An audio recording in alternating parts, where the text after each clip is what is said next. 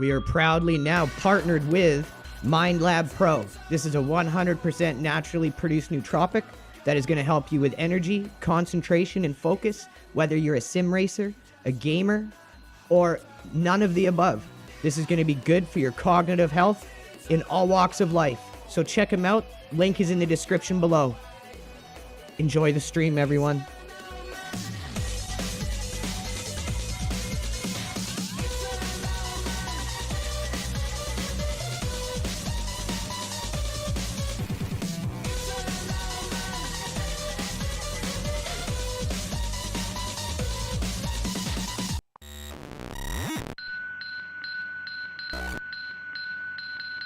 It's an old man.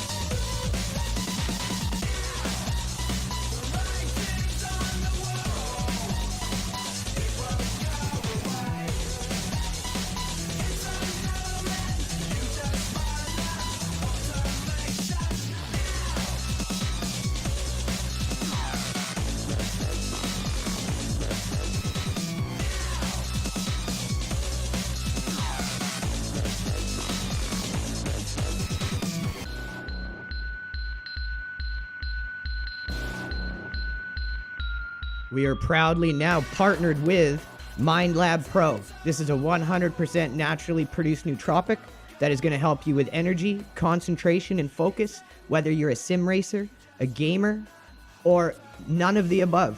This is going to be good for your cognitive health in all walks of life. So check them out. Link is in the description below. Enjoy the stream, everyone.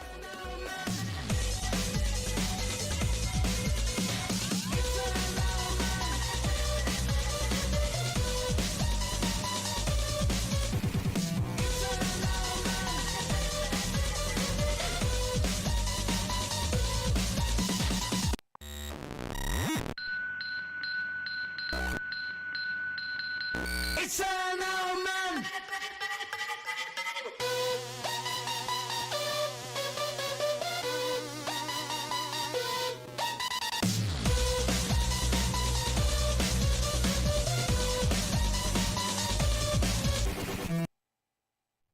All right, everyone, we're here. What's up? How is it going? We are ready to start getting prepared for Circuit of the Americas coming up next weekend. Me and Randy today have decided that we are going to run the co-op version, which is in Le Mans Ultimate. Really cool feature I've yet to try. So this is my first run doing co-op. We're going to do some practice, and then we'll get in and qualify. But essentially what this is the exact same format, same time as the event that we're going to be doing. So I figured, what the hell, this will be a perfect kind of dry run. So that's what we're going to use it as. Let's give some shout-outs. We got Ms. App in the room. We got Phil, MBW, Ali, No Quarter Memes. We got the man himself, Mike Barra, the living legend. Check him out. Mike Barra 333 does a really cool podcast on here. Arrow Tethinen, David, Ken, Pennsylvania, John Loke, Bradley P, Som, and Ravenspurn. Thank you guys for all tuning in. We really appreciate it. If you're just joining us, hit that like and repost. We really appreciate you guys broadening as our audience out here. Mix is a little low. How about that, my good sir? Is that better? We talking now, Phil? How we talking now? Thank you, sir, for catching any audio issues. Maybe move the microphone closer to my yap box here. Alrighty.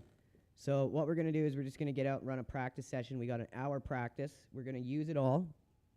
And then we are going to be running the qualifier, see where we fit in, and then we're going to run the event. It's just going to be the two of us, so it's going to be a 3-hour session each. And we've got the AI set to 94%, so just under pro. I haven't been running laps on the track in a while. We got to get back up to pace, shake the rust off.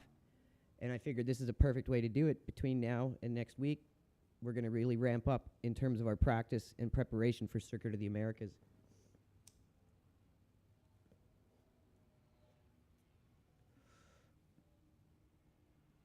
Alrighty. So before we get started, I'm just going to double check everything here for the stream is good. Stream look good. Stream sound good. I think now we good. All right. So let's get out on the track and qualify. First, we're going to bust out our setup.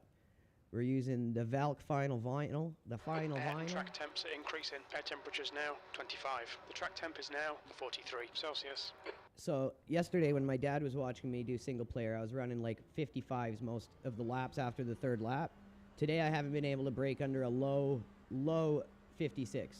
So definitely got to get my rhythm back, get my pace back on this track. And that's what we're going to be doing today. So we've got an hour practice session before the actual co-op race starts.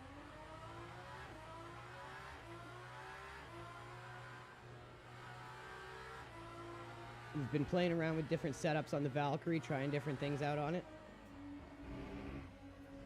Where we're at right now is we've got a Coach Dave race setup, and then we kind of looked at what they were doing from safe to race compared to the Le Mans setup that comes with the game, and then trying to figure out exactly where they're trying to tweak things to gain time out of the car. Did a little bit of reverse engineering, Area 51 style, and have somewhat of a little bit looser setup, I would say, a little faster maybe, potentially. And we're going to be definitely putting it through its paces today to see how it works. Now the setup I was running 55s on, I had it set to a 7-degree front diffuser, and the car was much quicker. Volume's kind of low. Hold up. Let me double check and see if it's done some funky shit here. Incident in Sector 2, yellow flag. Let me see. Because every time we do one of these spaces, it screws with our shit. Let me see. Okay, so we should be good there.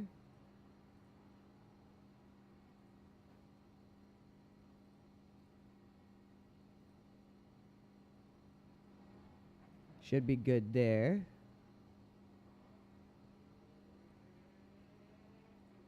All right, how we sounding now? Can you hear me now? What I can also do is turn the in-game volume down here. I always forget I turn it up when I'm not streaming. And that definitely helps. Notch it down a couple ticks here. Take the edge off. All right, that should be better. Green flag Sector 2. Oh, now I got no force feedback, sir. You know, no allowed force feedback. There we go. Now we got force feedback.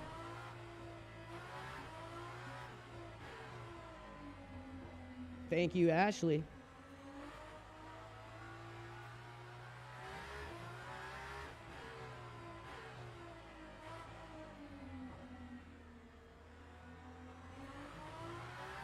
How we sounding now? We good now? Oh, the game's like lagging hard because I tabbed out. I gotta fix this. Hold up. See if it fixes itself here any second. Come on, smooth out.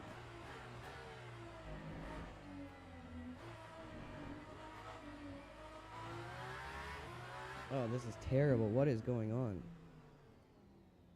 Sector 1, yellow flag. I can hear you, but only when my volume is cranked. What the hell is going on here? Hold up. We'll figure this shit out. We will figure this out. That's the end of the session, P1.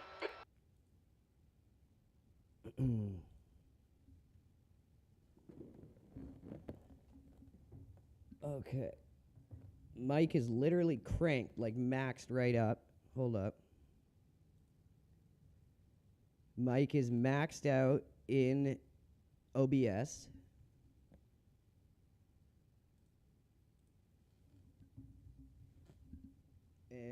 in volume settings. Let me check.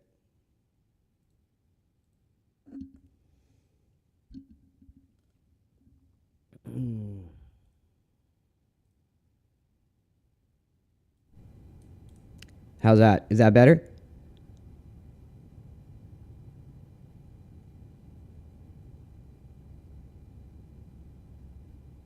That should be better. For some reason, again, it fucking set it down to 65 in the system tray. So we were only working off of a frickin' 65 volume. So no matter what I did to boost it, it wasn't getting any louder. I don't know why it does that. It drives me absolutely crazy. Every time we do a Spaces, it seems to do it. So I need to remember that.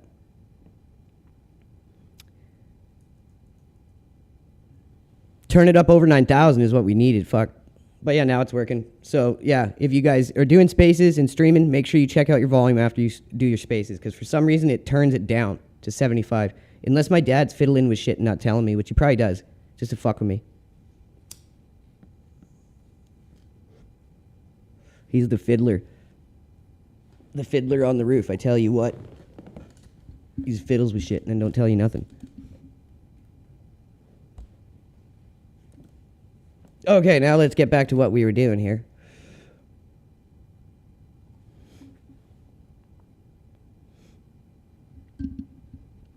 You don't have to have it like absolutely cranked now, Ashley. Okay, blame it on my dad. It was my dad. It was the fiddler. Bloody fiddler. So I'm going to just try something here quick. I'm going to try the Coach Dave setup that we've tuned with a 7 degree. Because they had it with a 9. And I was running better times on the setup I had that had the 7 degree. So we'll try just adding this little change to it. And if it don't work, then we'll change it back. I just feel like it really opens up the car on the straight sections.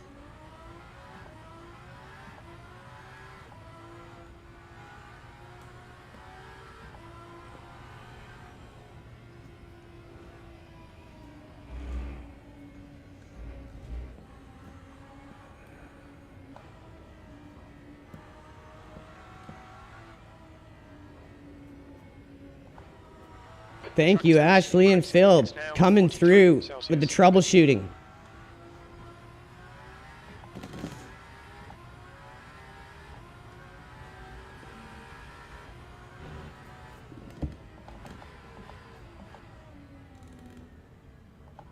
Bloody fiddler. He's probably watching right now. He'll come home and be like, I didn't fiddle with anything. It wasn't me. No, I'm just joking. It does it every time we do a Spaces, and it did it before when I was sitting out here and we were sharing a mic. It's something about X. It automatically takes over the volume of our microphone for some reason in the system tray.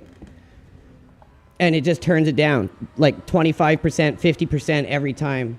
The last time it did it, it swapped it to our frickin' webcam. And I was like having to scream, and everyone's like, why can't we hear you? And it's literally picking it up off my webcam instead of my like $200 microphone, because that's just the way to do it.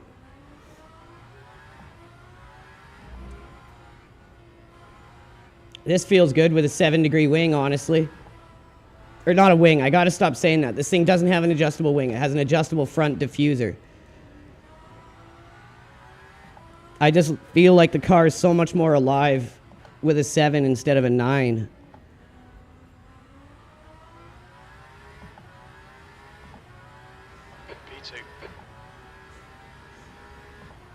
I gotta figure out the shifting points for this car too, like when it wants to shift.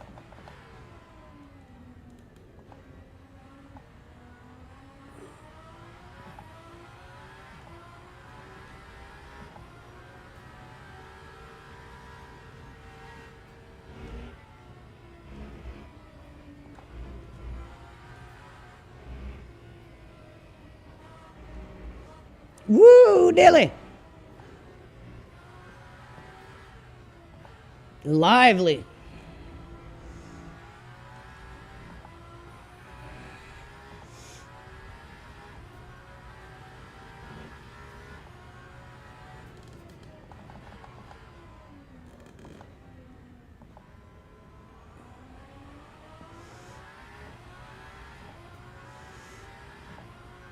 So for all the lap guides I've watched for this has been with the Toyota hypercar, and they say to do the first gear to rotate, come out of the corner in second. But I'm wondering if this car is just different kind of gear ratio, if it wants to come out of the corner in first or not. But I feel like I get better exits when I just let it roll out in second and just use first gear to rotate the car.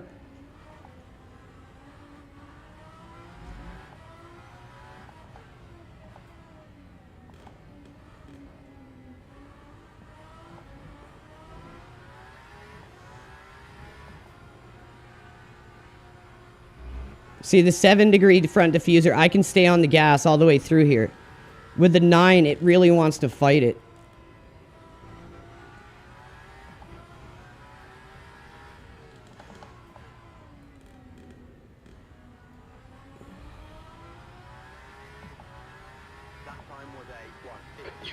Like, Jesus. Sector 3 times okay. That's a cold tire first timed lap, and it wasn't even that good of one.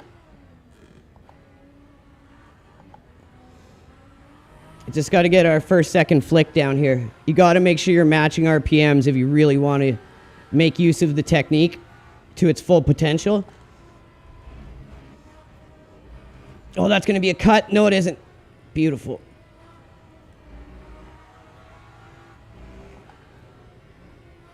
Sector 1 time is good.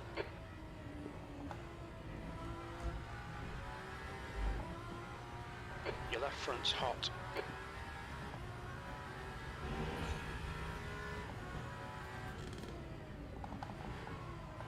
Too deep, in too deep. Blew so much time there. On your right, and clear right.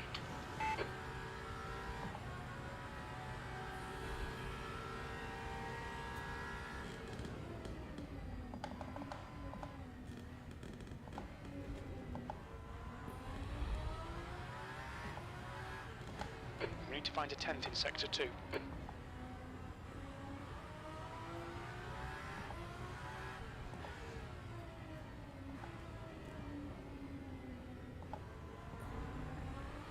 Should have came on the throttle a little sooner there.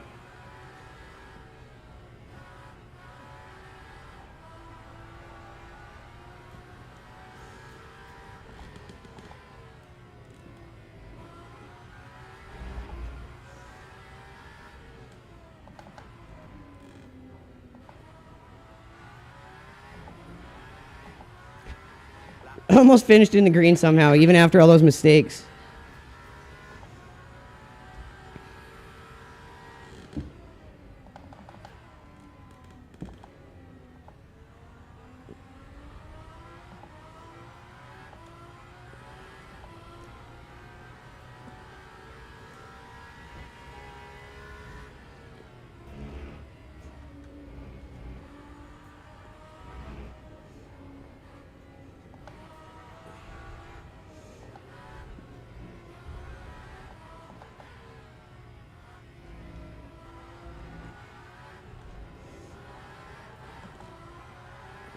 Watch your right, clear on your right.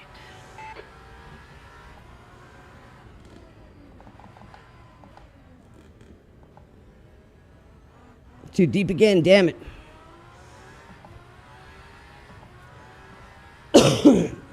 I'm used to the 9-degree. You carry more speed with the 7, so you got to slightly adjust your braking zones, but I think this is the way the car should be set. On this track, I think a 9-degree front diffuser is just way too restrictive.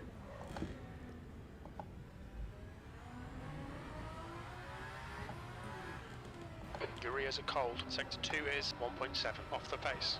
You're locking your left front, braking for turn 12.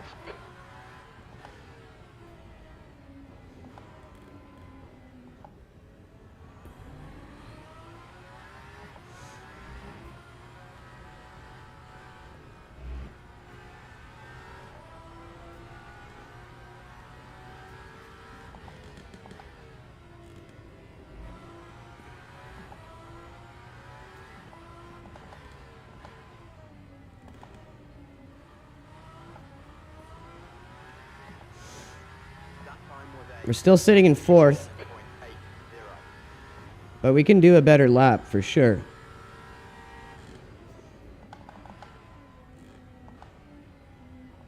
Just got to string it all together instead of gain time, lose time, gain time, lose time. It's just about getting our rhythm back on the track.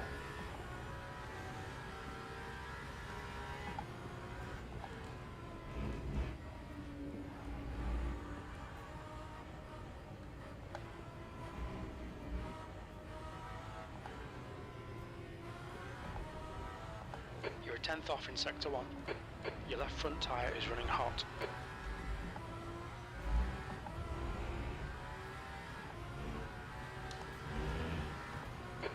Right side. Clear right.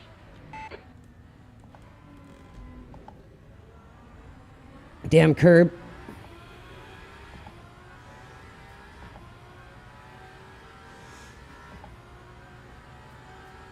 Let's call these traffic laps then, because we're hitting them in really, really critical zones if we want to carry a lot of speed through.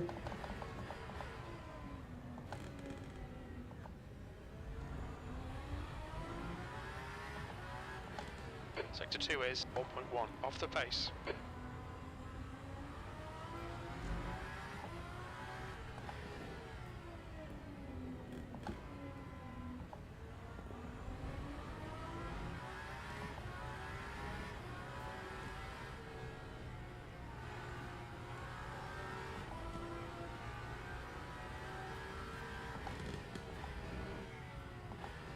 Oh, whoops. Touched his bum. Right side.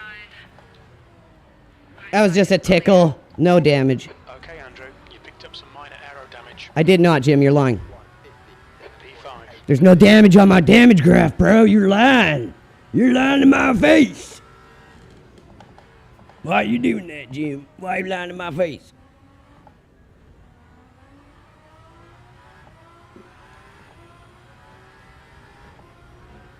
Fucking Skynet, motherfucker.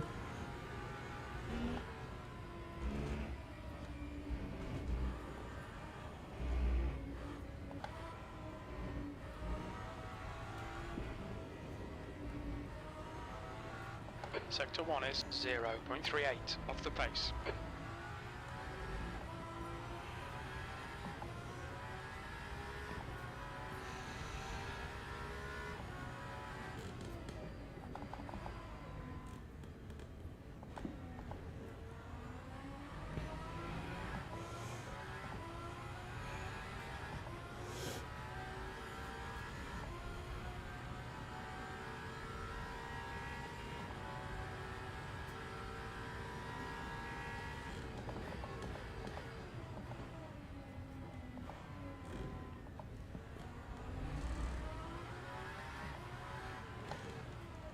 Sector 2 is 0.31 off the pace. You're locking your left front going into turn 12.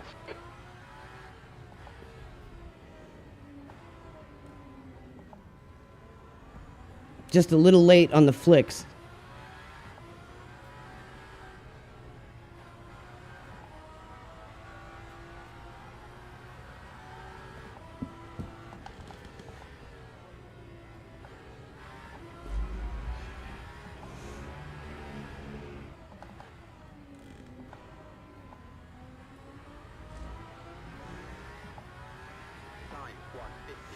P6.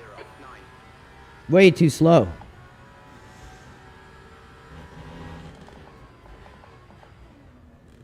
Whoa, shit. I don't know how I caught that.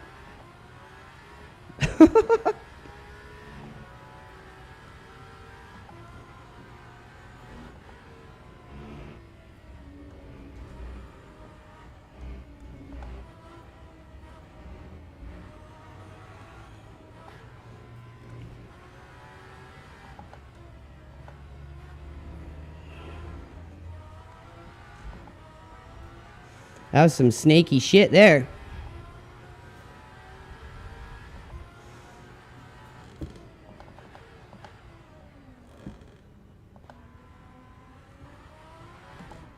Whoops. More snaky shit. You're locking your left front, braking for turn 11. Try that.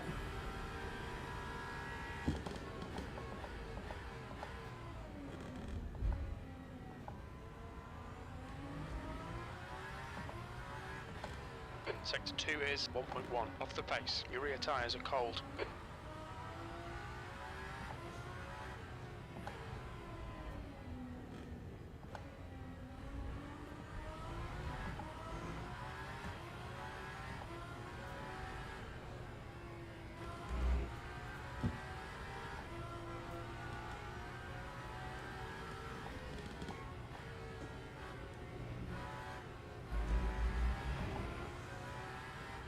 This lap won't count. You've cut the track.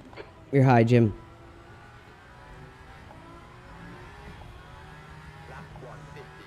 P8. Sector 3 is 0.8 off the pace.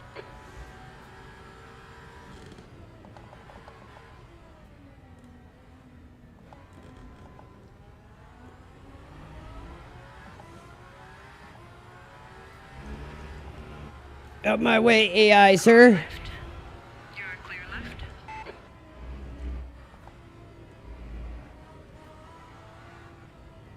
On your right. Right side's all yours. Car right, stay left, please. And clear right. That's the fun shit right there.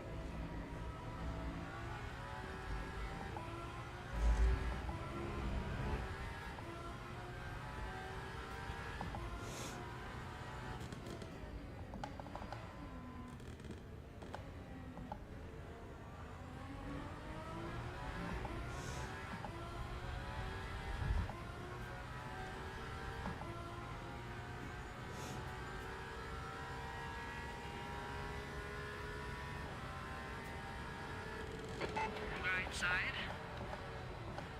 Watch the paint. Clear on your right.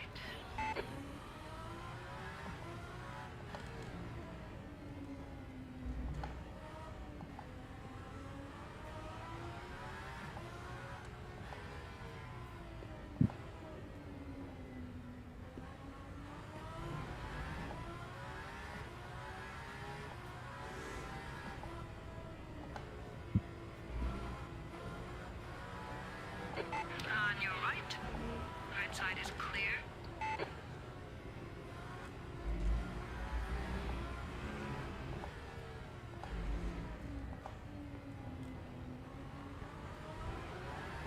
Some good traffic practice mixed in here too. Watch your right.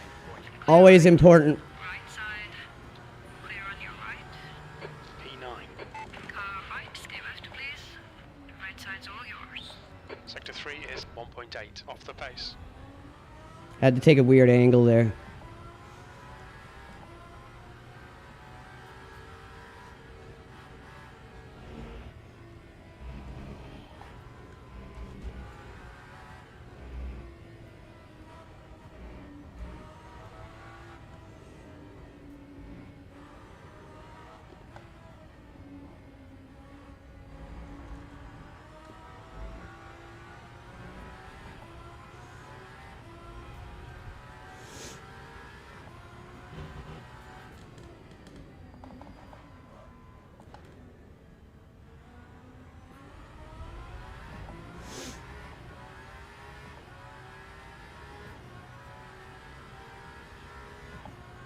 We'll do another 10 practice laps and then we'll get in.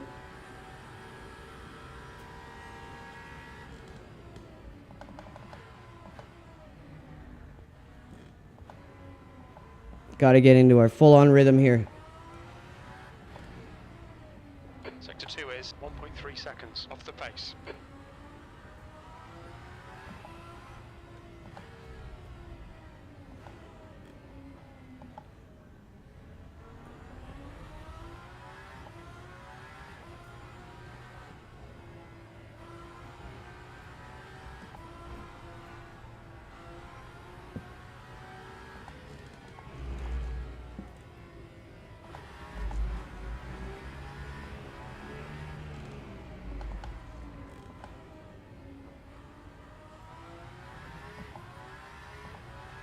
Time 1:59.44.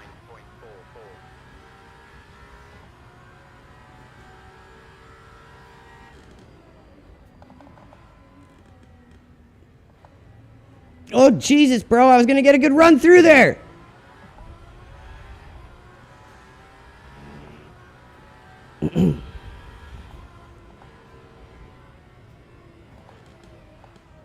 Guy gave me bumper damage now. Yellow flag, sector 1. Freaking AI, bro. You're locking your left front going into zone 5. Can't believe it. So I figured out that this number is the rear brake bias, not this. I don't know if y'all knew that. But yeah, it's this number that's the rear brake bias.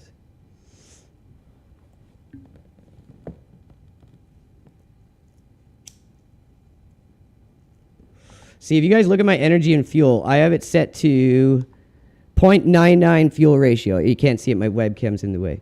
But they have this thing set in setups at like 1.11 or 1.09 fuel ratio. And then it has like freaking 10 extra laps of fuel over its virtual energy. And it's like, why do you want it that heavy? Why do you want it that overweighted? You're never going to fuel save that much. So I don't understand why it's set like that in the setups. That's one thing I don't get with why they do it, what they do with the setup. Everything else I've kind of been able to reverse engineer and understand to some degree.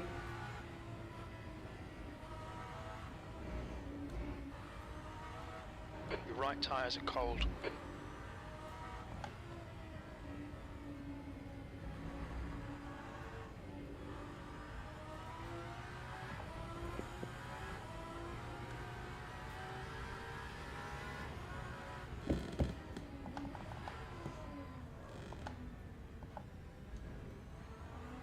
I got to get back to hitting that corner properly. I had found the rhythm for it the other day, and now it's like if you don't do it enough and you don't get a complete muscle memory on that corner, just such a weird shape, you have to know it exactly when to turn in because there's no real direction on when to turn in like a normal corner as it extends way past the point of where you'd want to turn. Yellow flag in sector 1. Your brake temperatures are okay. Green flag, sector 1. It looks like NATO has gone off in zone 5. Too tight there.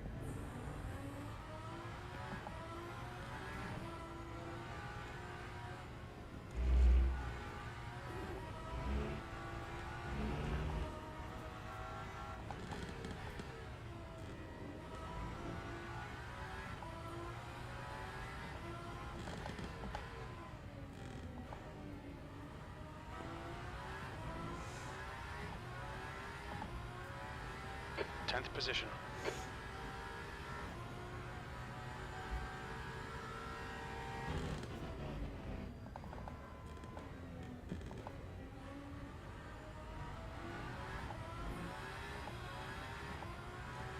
Watch the track limits, please, Andrew.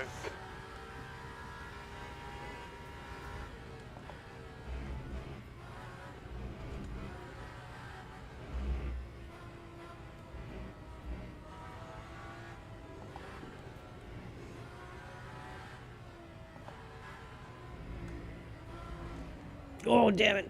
Fuck. I was getting so good a time through there. Incident in sector 2, yellow flag. So when you put that P2 on the rear ARB is when I find there's a lot of instability out the back. A P1 seems to be just about right. Anything more and the car just gets really slippery. I feel like the rear just becomes too stiff at that point.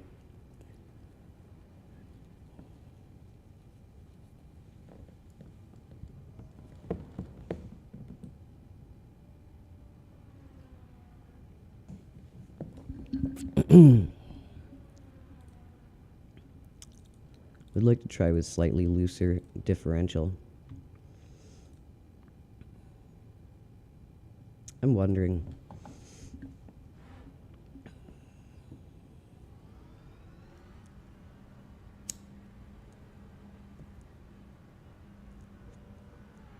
Your pit exit looks clear. Sector 2 is green. Blue flag.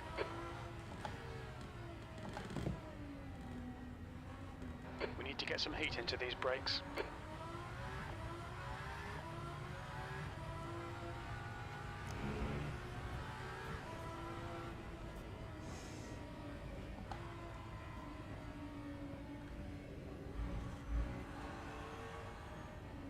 Man, this game's gotten so laggy and choppy. I don't know what they've done to it.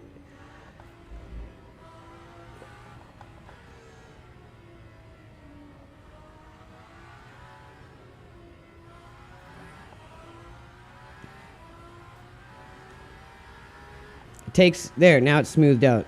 It's just so bizarre. Never used to do that.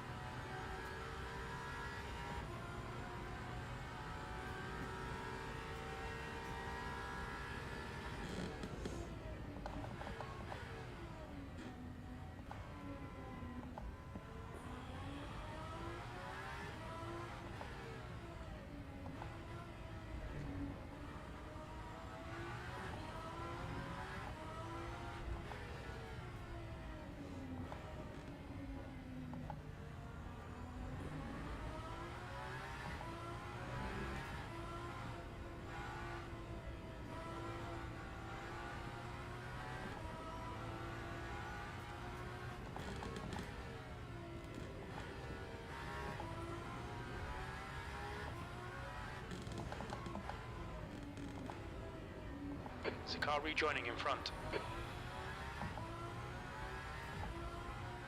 V12.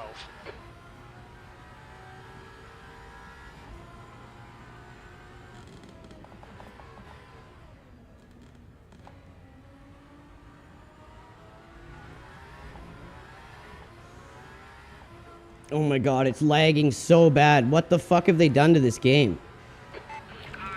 I can't fucking drive like this. Incident in Sector 1, yellow flag. Like, what the hell is going on? This is insane, Sector bro. 1 is clear. Like, it is like 5 frames a second. You're locking your left front into Yeah, I turn can't 4. drive like this. Like, what have they done to this game, man?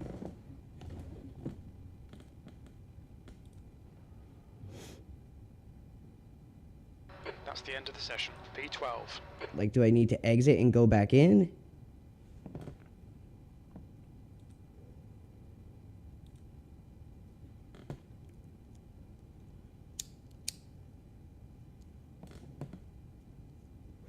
Now I can't remember what the hell I set the diff to because that felt way better. Can't drive like this. Like, what have they...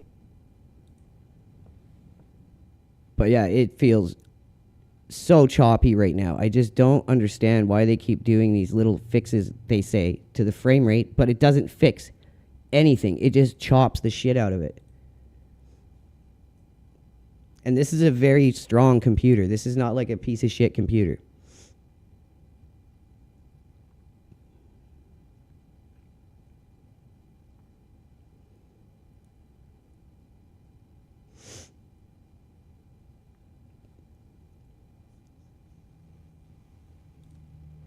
So I think I have to fix the, let's see here. So I set it to 145, and then I went Le Mans gearing. That was feeling good, so I'm going to try that here. I know that sounds weird, but honestly, it felt really good. Probably just the differential change. Suits my driving style more, but we'll see. I'm sure some of you might have an idea of why I'm setting the gears this way. We need to get some heat into these brakes.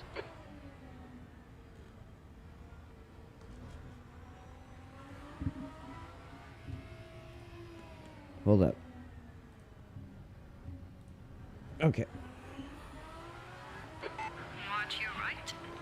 Right side is clear. Ah, now we're not lagging. That was awful, man.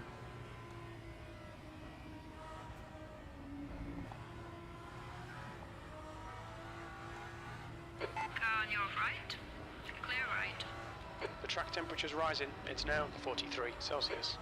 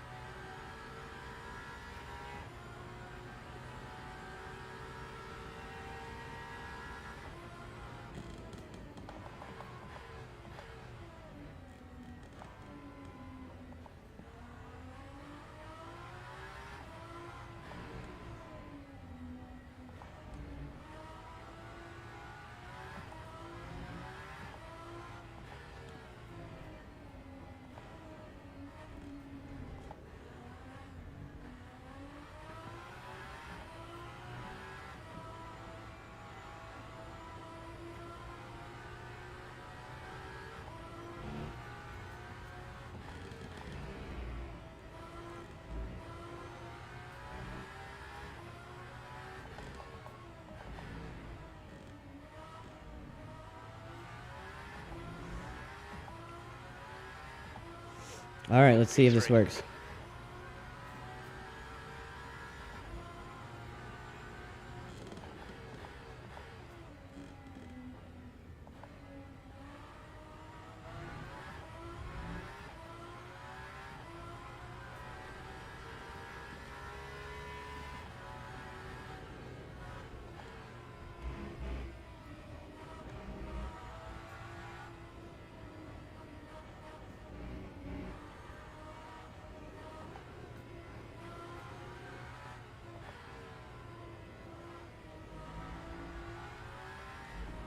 Little cold still on the tires.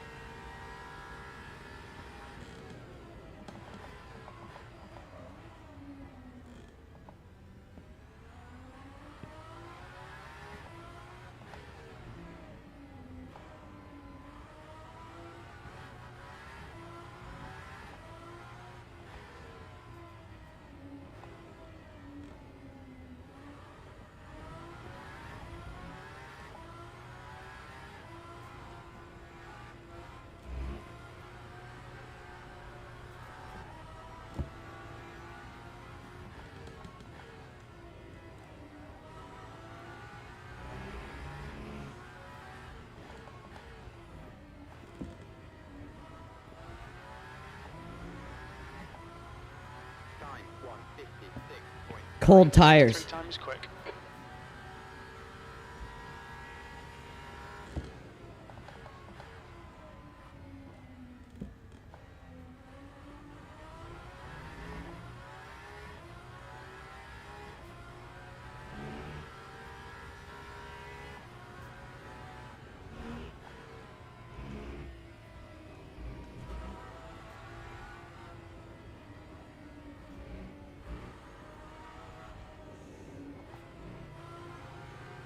Your brake temperatures are fine.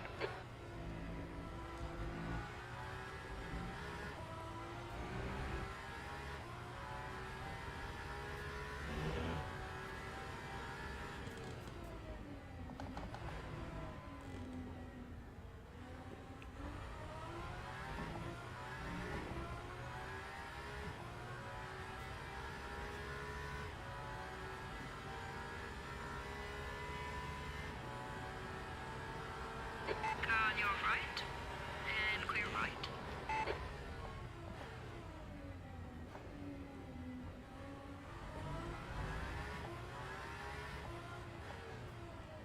Sector 2 time is okay.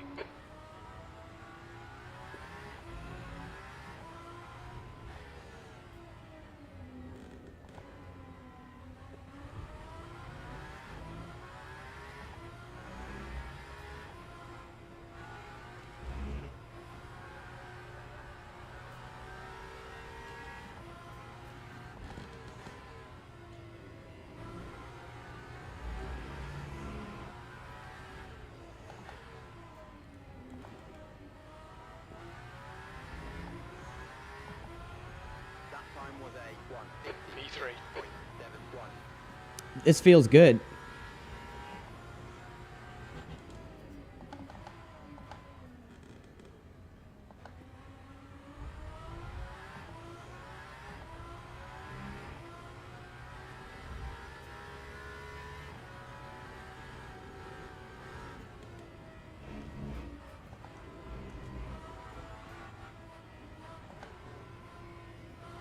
On your right, and clear right. You're 2/10 off the pace in Sector 1. Watch your rear tyres, they're pretty cold. Man, that would have been a good lap if we didn't hit that.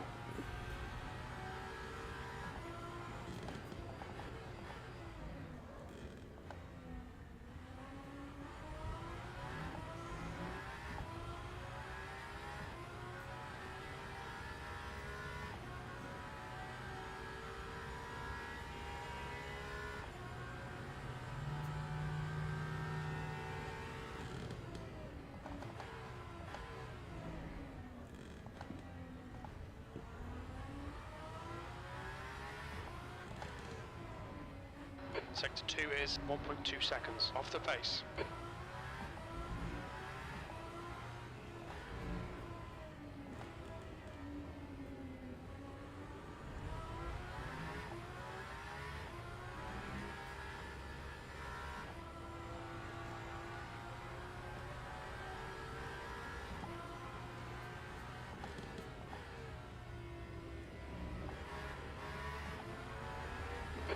Watch your right. Right side's all yours.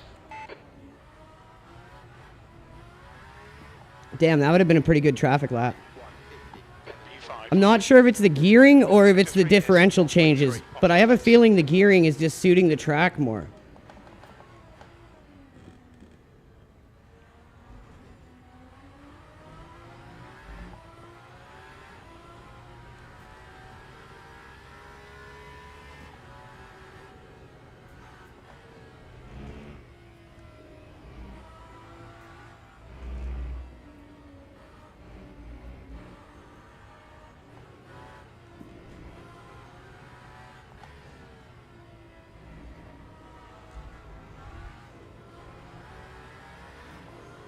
Car right, stay left, please.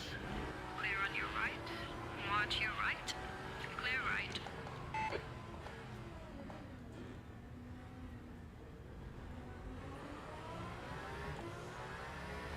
Right side. Right side is clear.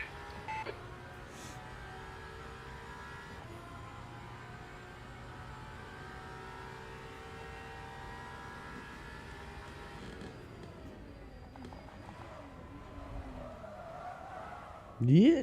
Yellow flag, incident in Sector 3. Sector 3 is yellow. Your tyre temperatures are okay. I'm still getting used to the absolutely zero time delay between gearing down. I've taken it off. It was at 100 milliseconds, and now I have no delay between gearing down.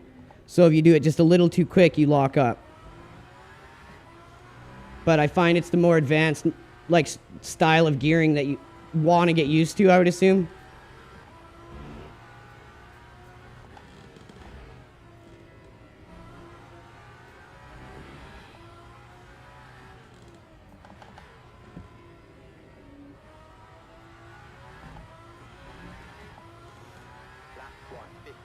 Sixth place. Sector 3 is 0.9 off the pace.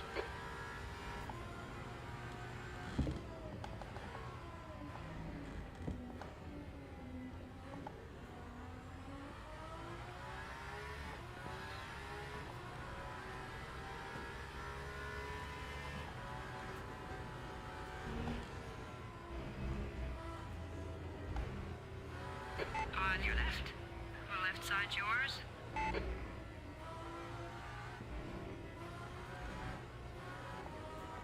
Your left front's hot.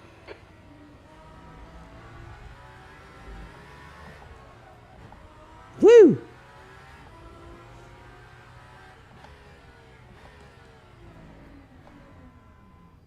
I don't know. I can't tell if it's the gearing or if it's a differential change.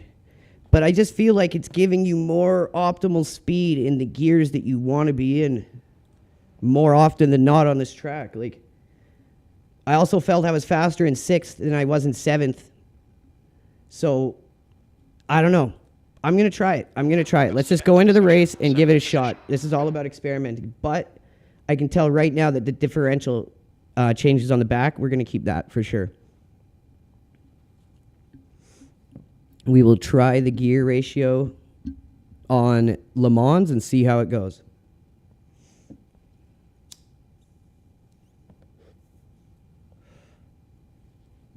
I honestly just feel like it's putting us in better RPM ranges and giving us more carry through speed.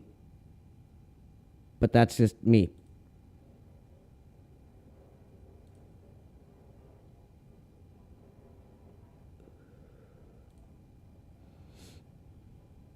Thank you, everyone who's tuning in on X today.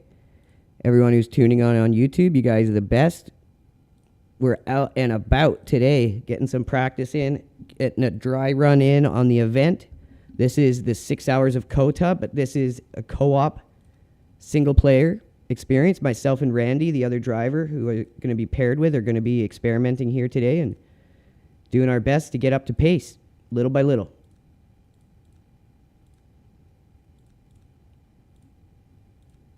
So we still got it on the Le Mans gearing. Okay.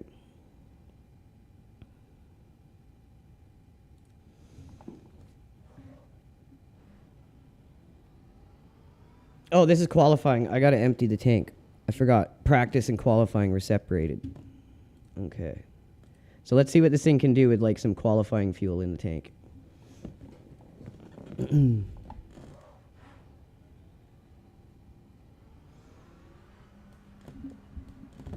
All right, let's see. Pit exit's clear. All right, Andrew. We've got 9 minutes to do the business. Your brakes are cold. Be careful.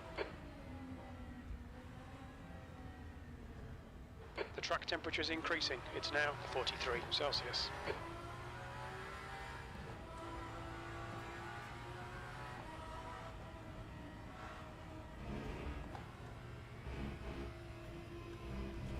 Left side, and clear left.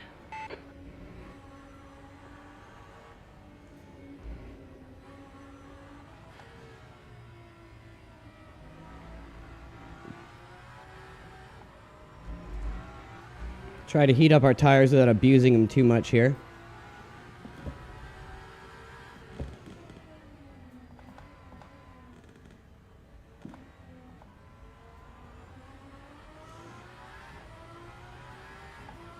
I wonder if we want to be doing the first, second gear flick, or if we want to just come out in first now that we have slightly longer gears.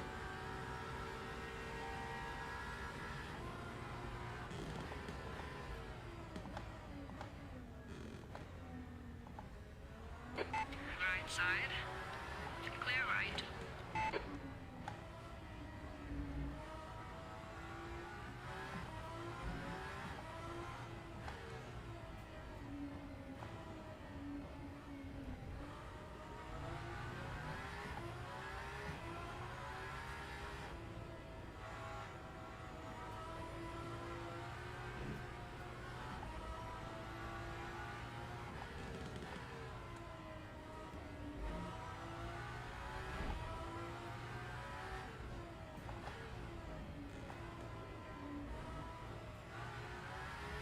Here we go.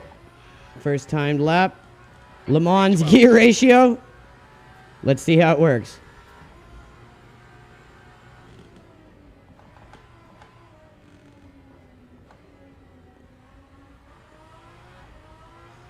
You never know unless you experiment. Watch your right, and clear right. And I'm just thinking that this gear stack has a better advantageous RPM ratio, RPM range, I should say, for this track. But we'll find out.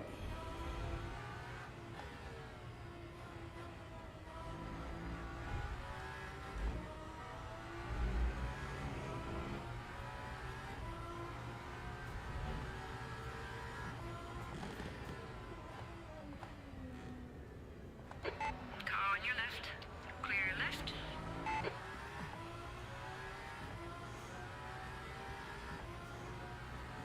Next lap, I'm going to try to remember to stay in first. And we'll see if that helps.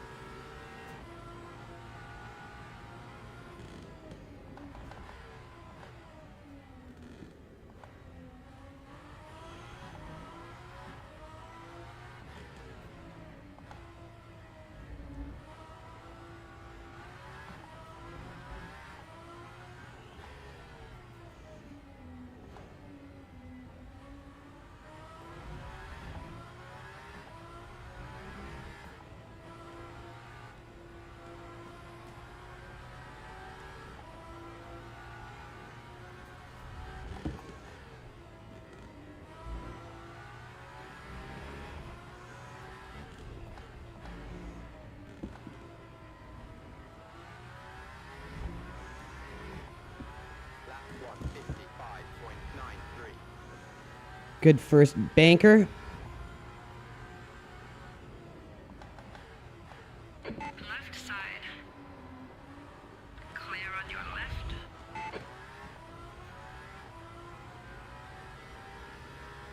That's 5 minutes to go. 5 minutes.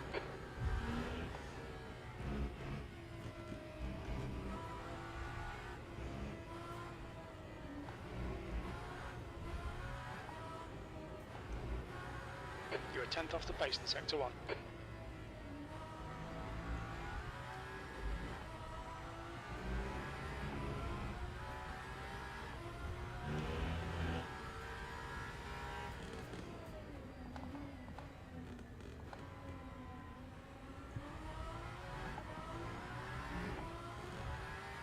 Oh, I thought they were going to track limit me there.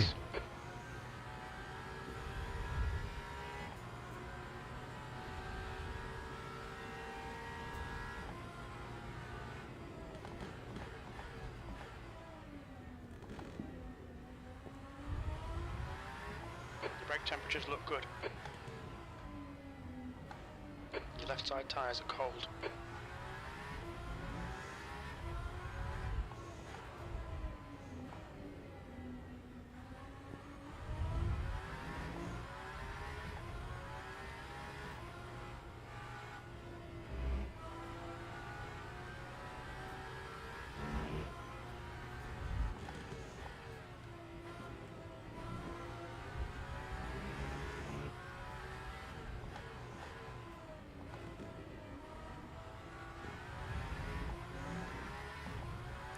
Whoo! 54.7.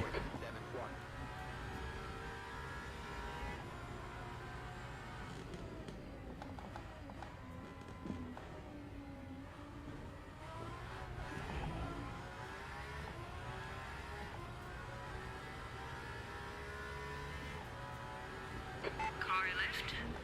You're clear left.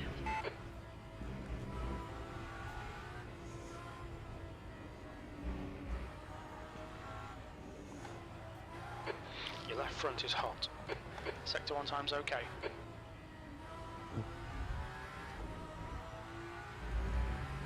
Apparently we have a very good sector 1.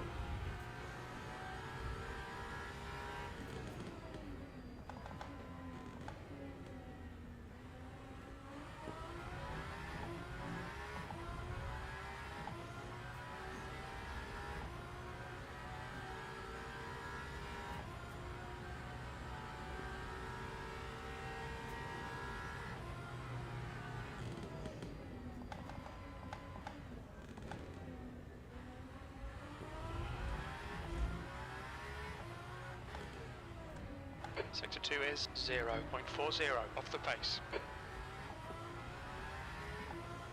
Just 2 minutes left, 2 minutes to go. Oh, I screwed that up. Watch the track limits, please, Andrew.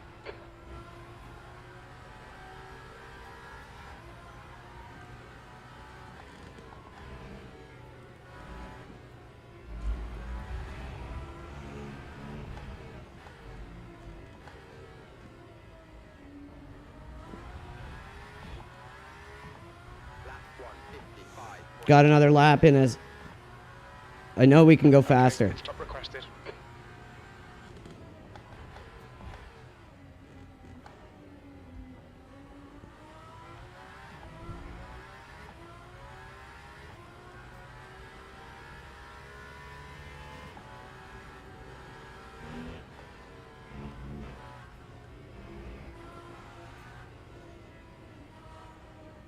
The pit crew's ready.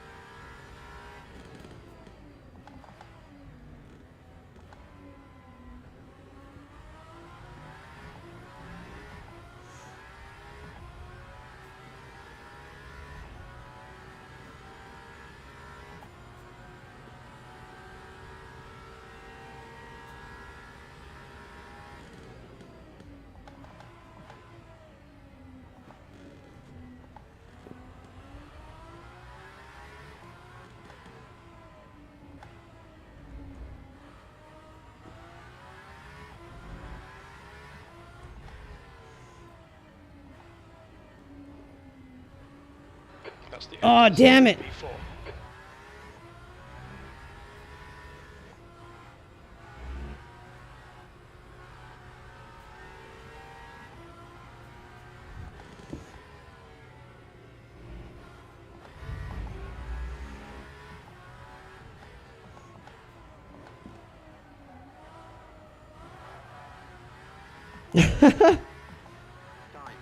I'll take a 4th place. I don't know what to say. Like, are those gears working? I swear to God, it's giving us better speed and better RPM range on this track. But I'd like your guys' opinion. What do you think? Do we go forward with the Le Mans gearing, at least in this race, and give it a shot, see what Randy thinks? And then maybe we run another one of these tomorrow and do it with the regular gearing? That's a good idea, I think. Lynn, how's it going? Thank you for tuning in. Mike Bear has been with us a long time. Make sure you guys check him out. Bradley Pease joined us. Raven Spurn, thank you guys for coming in and checking us out here today. Doing some warm-up for next week's 6 hours of COTA. So we qualified P4, 94% AI, which is no slouch level of AI. So I still would like to get quicker. Like this, I want my race pace is this. That should be my race pace, a little lower even. And I think we can get there. We've got a whole week. This is just our first day. So very happy with the progress we're making. And today, I think with experimenting with these gear ratios, so far it's not as stupid idea as I thought it was going to be. I thought it was just maybe just going to bog down like crazy and not work. But I had this feeling in the back of my head that maybe, just maybe, with the extension of 1st, 2nd, 3rd, the primary gears you really need to be rolling through or exiting out of corners well in this track. I thought it might help. And it seemingly is. I don't know. Or it's the differential changes. So that's why tomorrow we're going to try the same setup, but we will put it back on the regular gearing. Now, what do you guys think for tires? What do you guys think for tires? We got a lot of the AI running hards and then a few on mediums. And I think now that we've fixed the audio issue, we can bump this back up. Faux show. I don't know, man. What do you guys think? So we get the exact same amount of tires.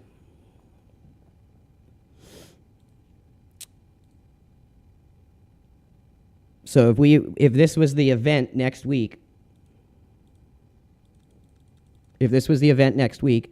we would have qualified with this set, and they are all looking pretty good, and then we put a hard on the front left, or should we do 2 hard tires on the front, or just 1? So that's another thing we can test over multiple runnings of this event and see what feels best. How this works is we're going to be doing our segment of this today, and then we hand it off to Randy, and then Randy does his segment whenever he's free.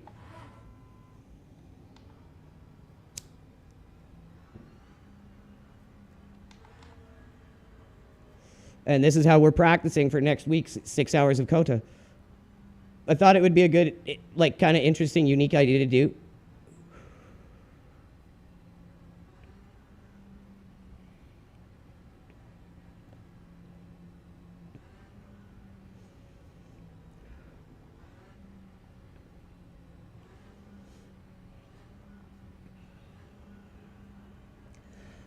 As we get closer to the virtual Le Mans series, we are looking for full-on sponsorships to make Team LRG an official esports team within sim racing.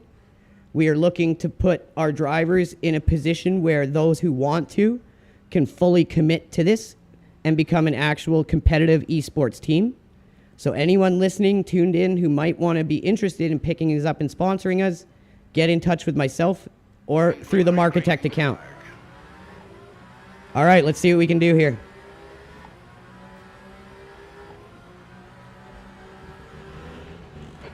Car on your left. I'm clear left. Watch your left. You have 2 cars on your left. Left side.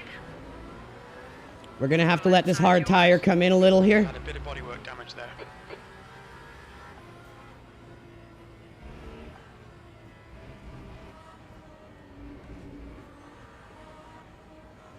We're going to be trying to qualify for the first round of the virtual Le Mans series at the end of this year, and we're going to be doing it every year after until we get in.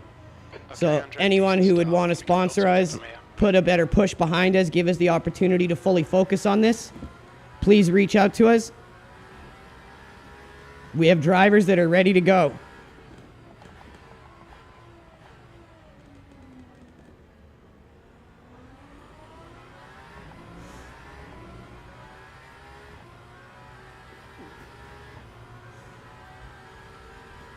So we've only had to give up a few positions, 4 positions.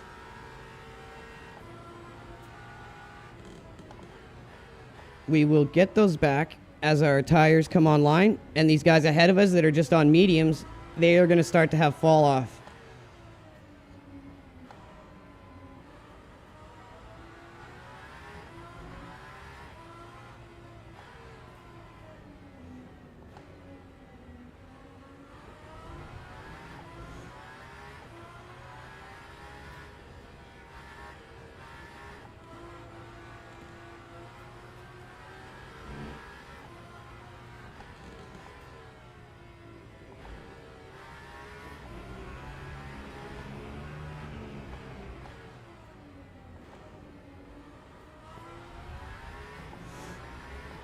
Distracted. Defend your position.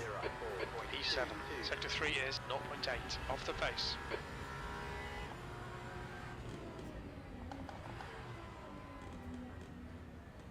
Oh, we turned in too much. You never want to hit that curb.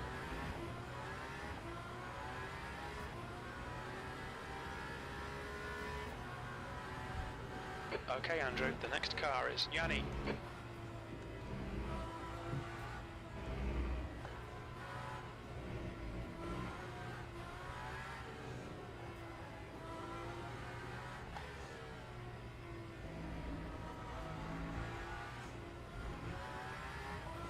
Time to push and get back into the group here as our tires start coming online.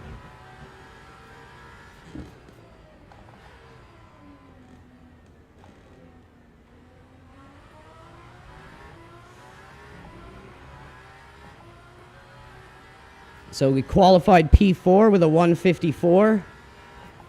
We're experimenting with the Le Mans gear ratio right now.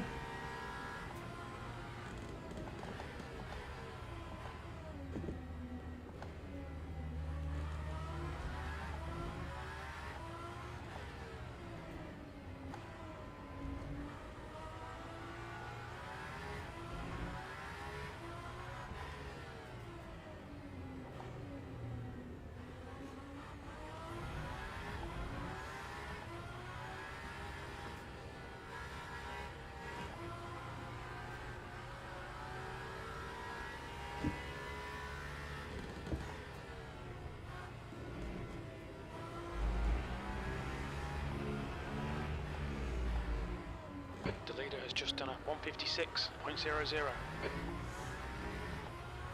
That time was a P7. 156.92.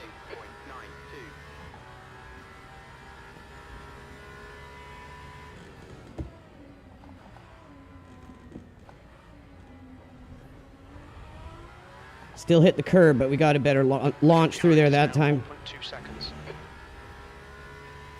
Now we're starting to get some exit speed here as our tires start coming online.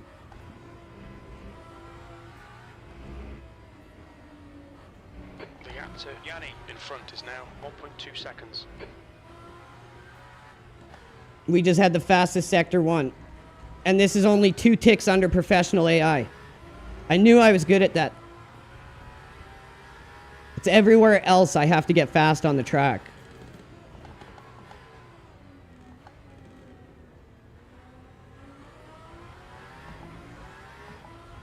I think we're just outside of this guy's draft.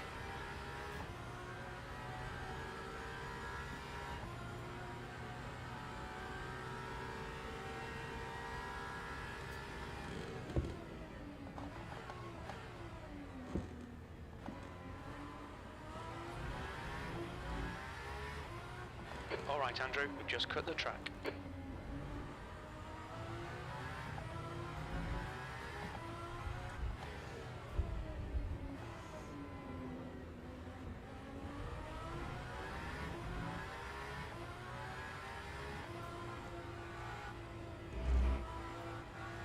The gap to Yanni ahead is now 0.9.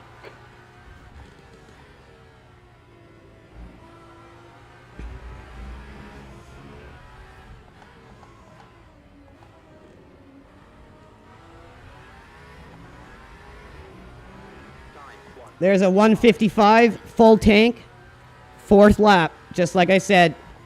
Sector 1 and 3 fastest out of everyone on the track right now.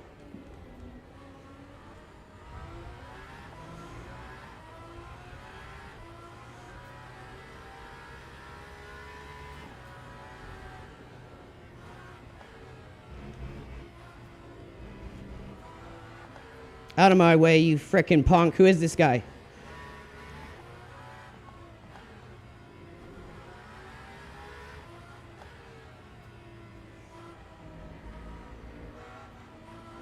Bro, you're so slow. Who is this?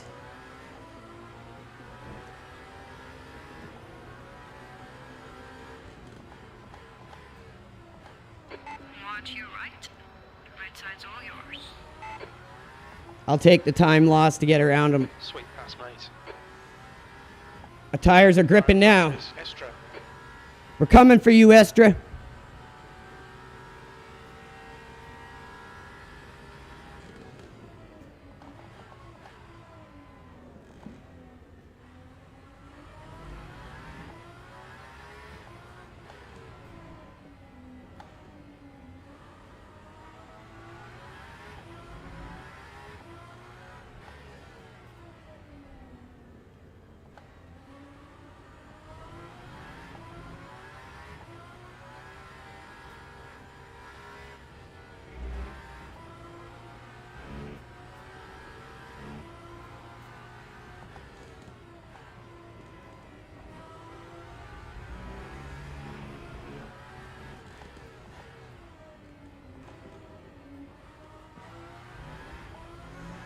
Okay, now we're around him. We can start running some better laps.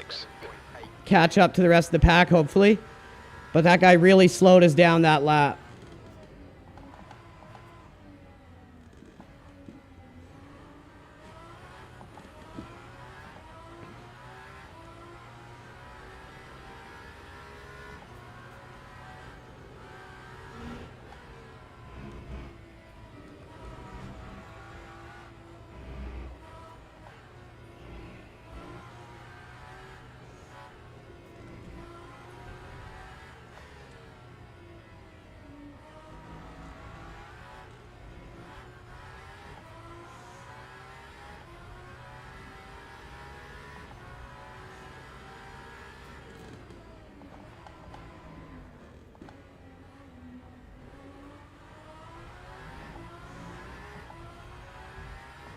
Yeah, I don't know. I'm feeling like this gear ratio is actually working better than I thought it would.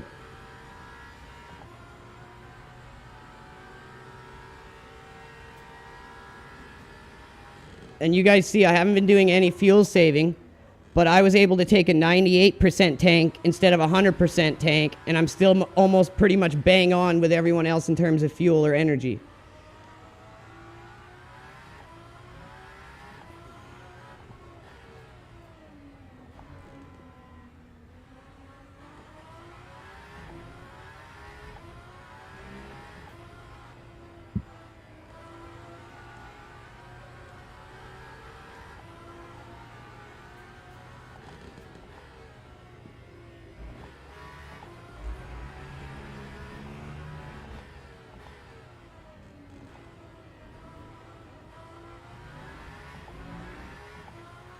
Lap 156.35.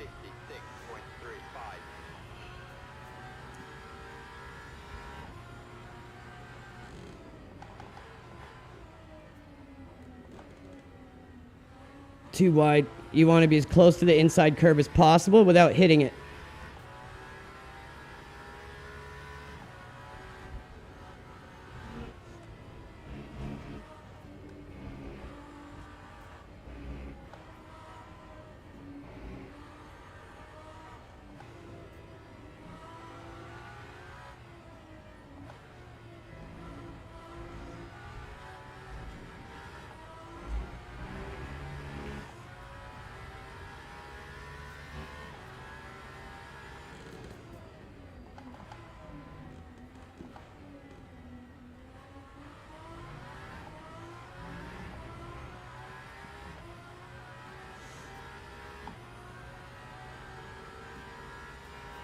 The gap to 7th position. Behind is increasing. It's now 1.7 seconds.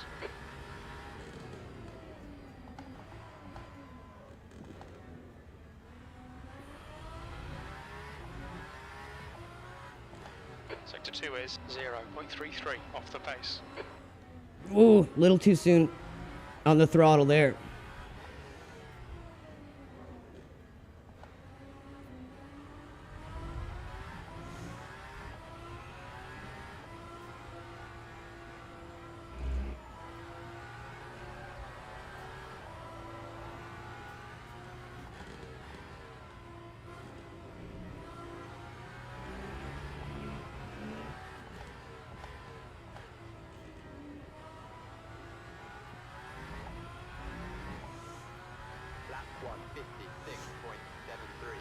Just need to start stringing together some better laps here and we'll take them.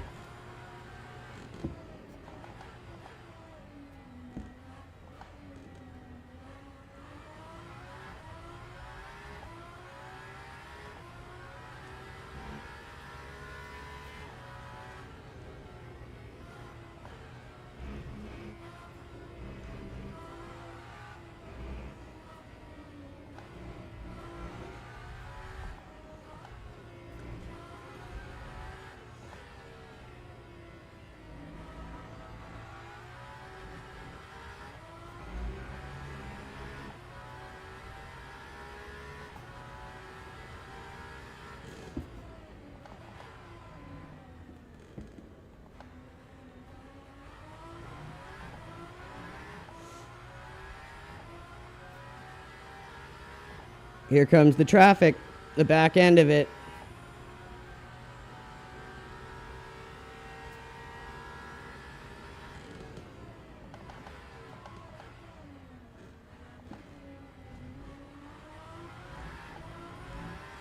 Slower class car ahead. Left side. I'm clear left. The gap to Yanni behind is now 2.0.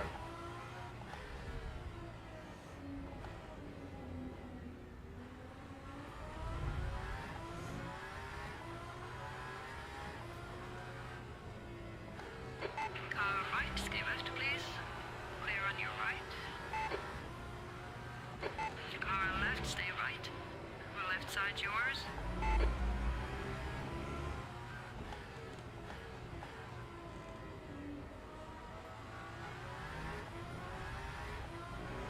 Time 1:57.03.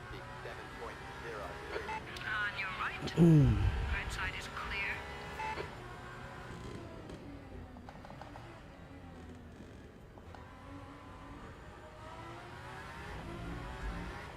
The gap to Estra ahead is now 2.1 seconds. K's on Nistrum.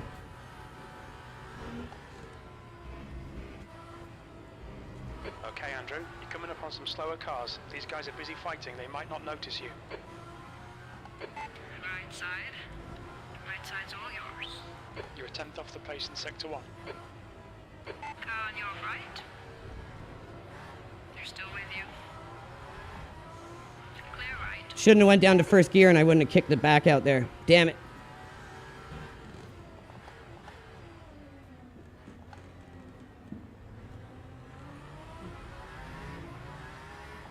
It's okay. Right side. We're in hot pursuit. Right side is clear. 5th and 4th place.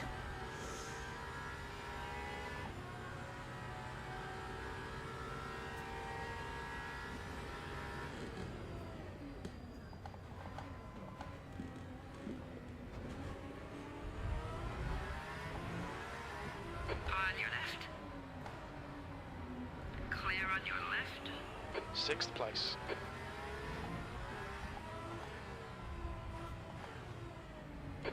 Car on your left. You're clear left.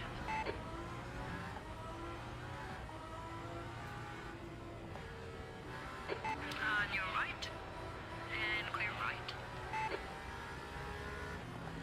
Car left. Coming up. Clear left. Right side. Clear on your right. Fucking Estra, bro. Slow motherfucker through traffic. 1.08. Now we got orange damage. Is 2.5 off the pace.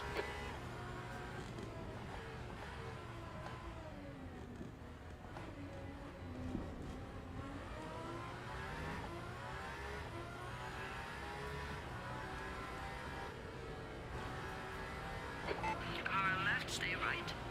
You're clear left.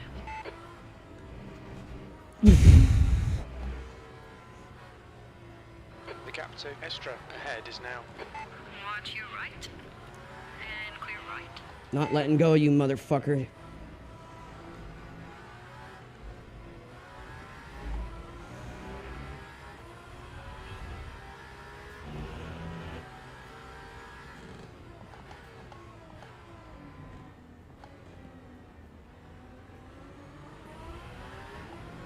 Slower class cars. Oh, we've ahead. caught up to Steve Buscemi in the Toyota, too. Left.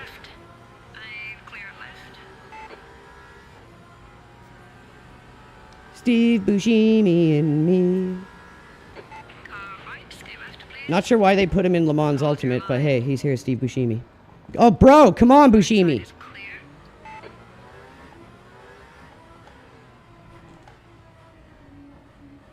Car on your right. Still there. Clear on your right.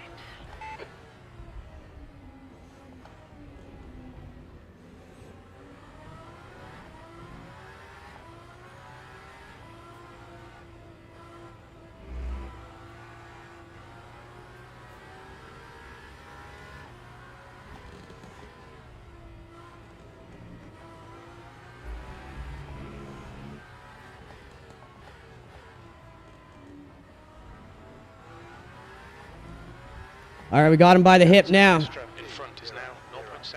1.16.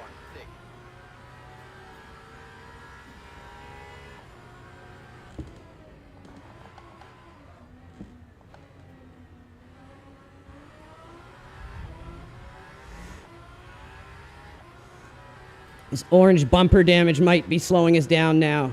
Yellow doesn't, orange affects the car.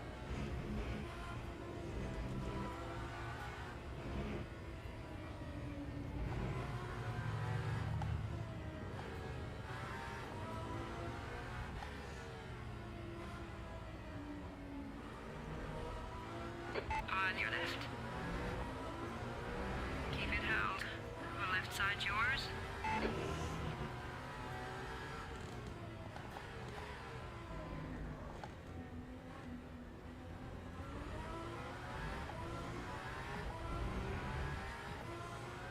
Track limits. We're going to have to get around Estra here, but it's going to be hard with this bumper damage slowing us.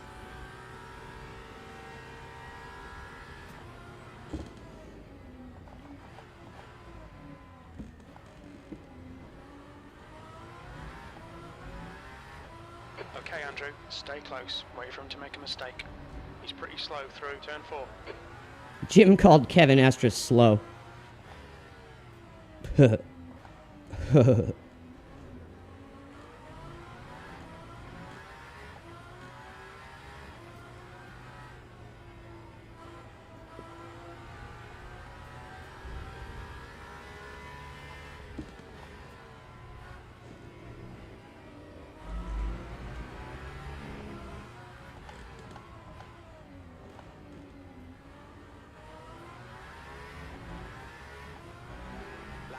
158.10.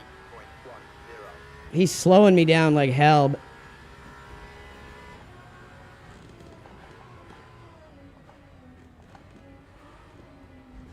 Oh, that was a nice T1.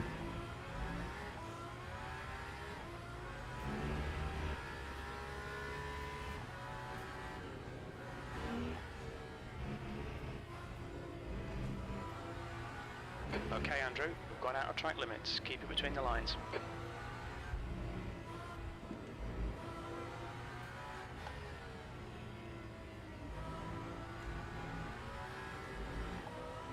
Come on, bruh. Fucking put some umption in your gumption, Estra.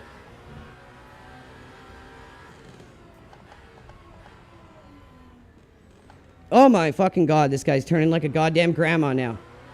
He's fucking up my points, Estra. What the hell, bro?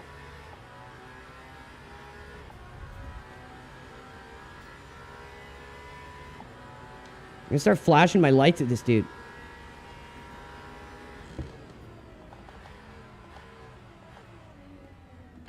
Watch your right. Clear right. Fuck it. Can't float behind that guy anymore. All right, Andrew, the next car is Whammy. Okay, now Steve Buscemi's next.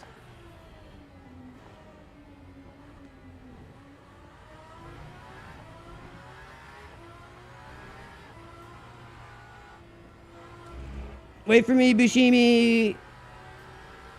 Kazon Nistrom slowed me down.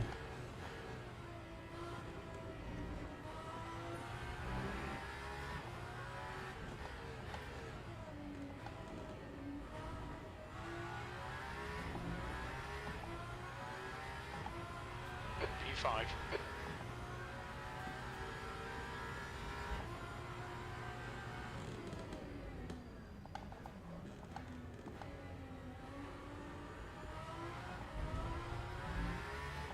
gap to Estra behind is increasing. It's now 0.5.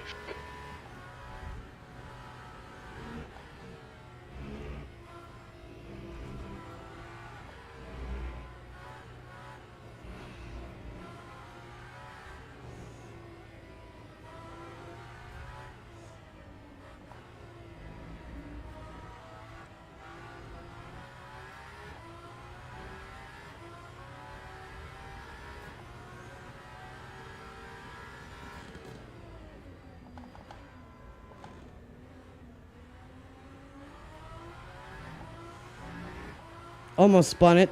Used it to our advantage, though.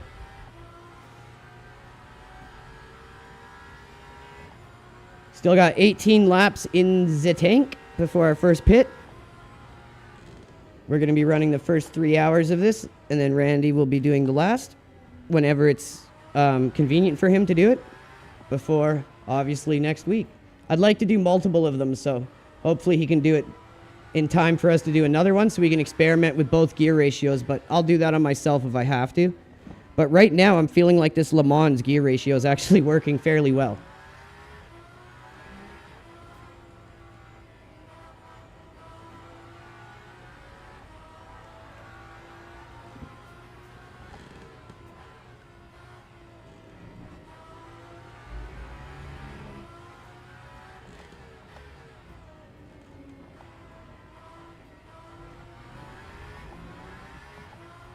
Time 156.97. Overshot our mark there.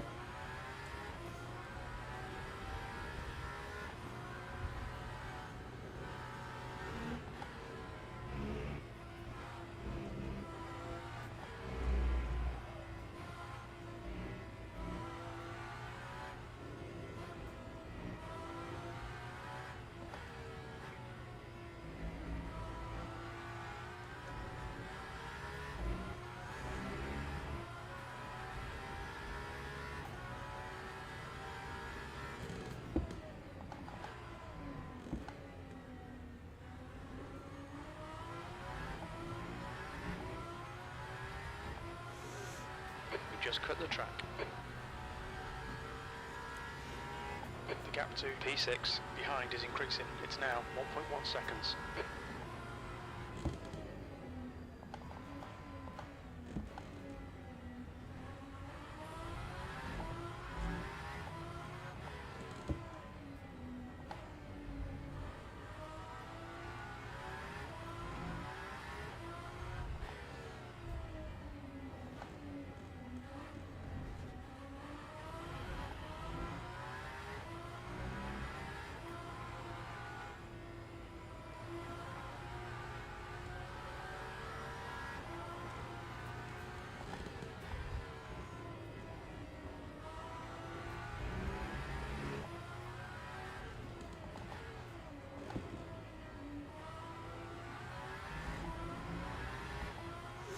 Lap 156.88.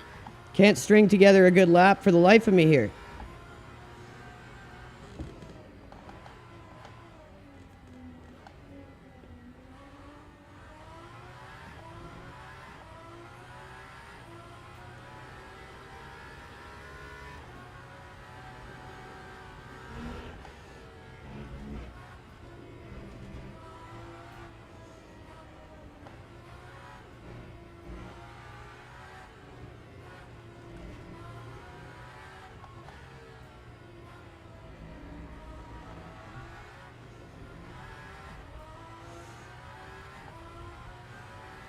We're starting to destroy Kevin Estra now. What's up, Randy?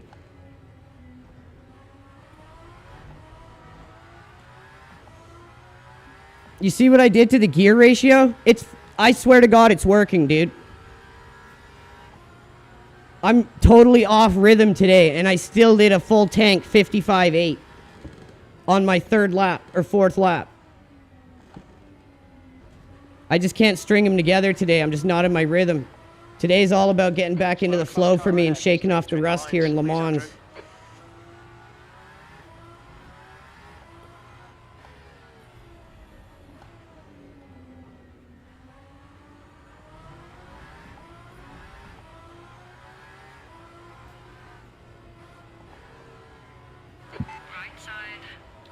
Right side's all yours. The gap to Estra behind is now 1.1.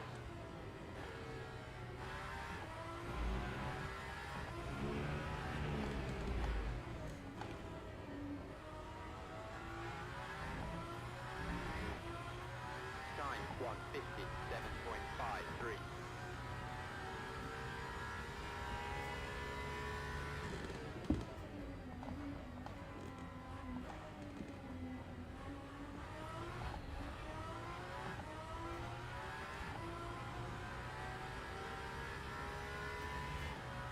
Coming up on a slower class car.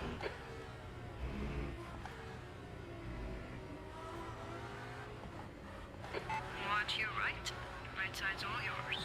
Car Woo! right. Right side is clear. P5.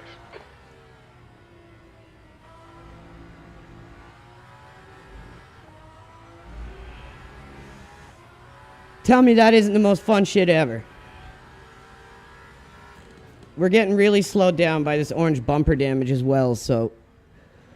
Damn Kevin Estre going so slow in front of us and brake checking us.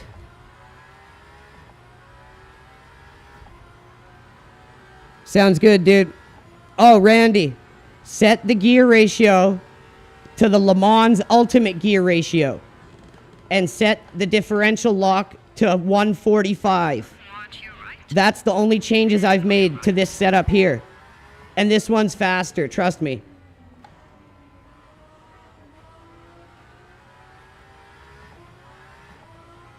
Tomorrow I want to try it on the regular gear ratio, but I swear to God this Le Mans ratio is working. But the differential changes just open the car right up.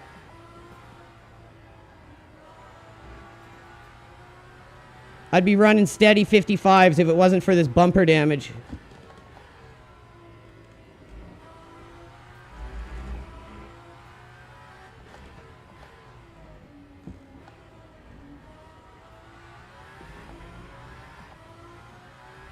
That was a 158.46.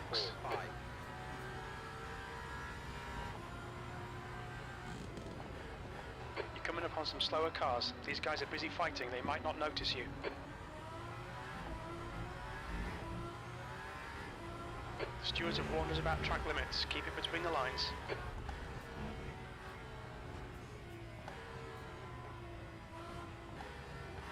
Left side. Clear on your left.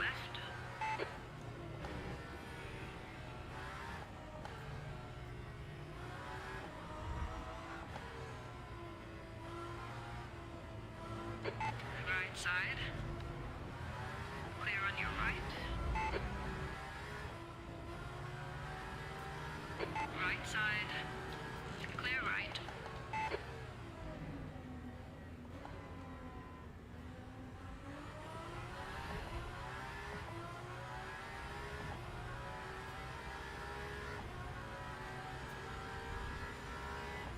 Good start so far. We're sitting in 5th place.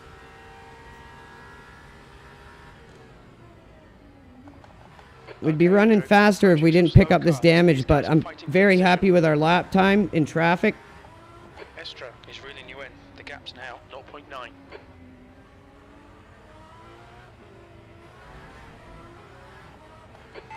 Oh, what are you doing, Kevin Astra? Keep it straight. Right side is clear. Sector 3 is now... Oh my God, this dude just smashed into us. We think that Estra has gone to N15. On your right.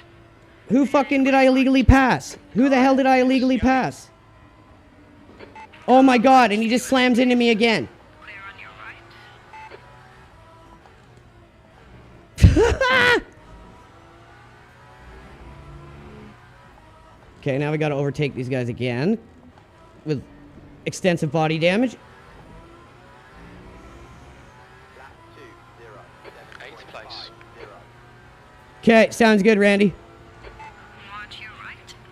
Right side's all yours.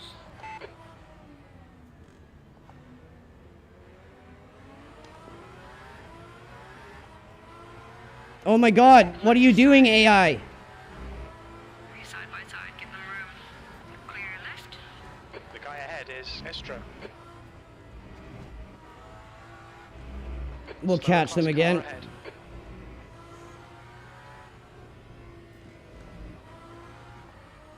He was never going to pass us there and just literally smashed right into us in total Estra AI fashion.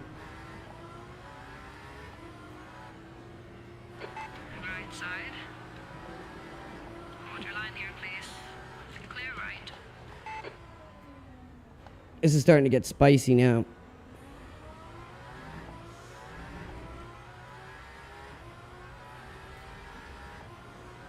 I think by the time COTAS runs around, we'll definitely be at 55s with 54s here and there, I hope. And clear right. Made lots of progress today. And we still got quite a bit of time left in our stint. Car on your right. Right side's all yours.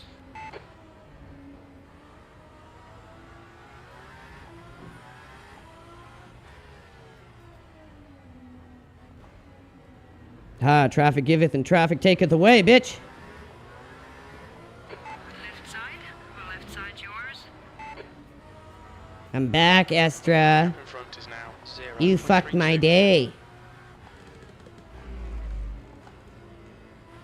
Oh, you slow bastard. Oh my god, motherfucker, dude. This guy, I swear, is brake checking me. This is like Kevin Estra incarnate here. 1.77.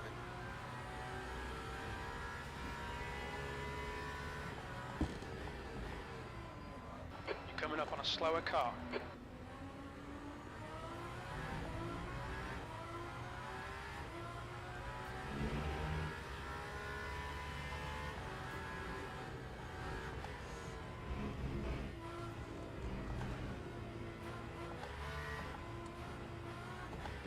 Right side. You're side by side. Don't overdrive. Right side is clear.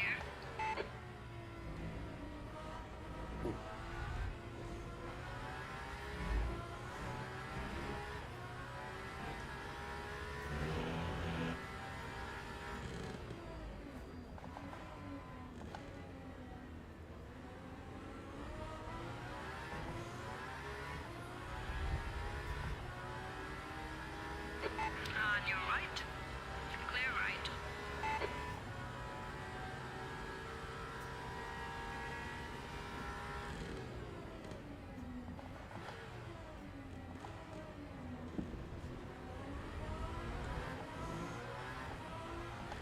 You're locking your left front going into. Watch your right. Clear on your right. Watch your right. Slower cars ahead. Clear on your right. Watch your right. Right side's all yours. On your left.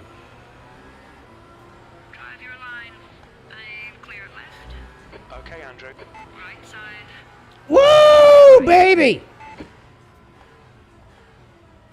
Car right. Stay left, please. Right side is clear. On your right. And clear right. Fuck you, Kevin Estra. Sign 2, 0. P7. 2, 0.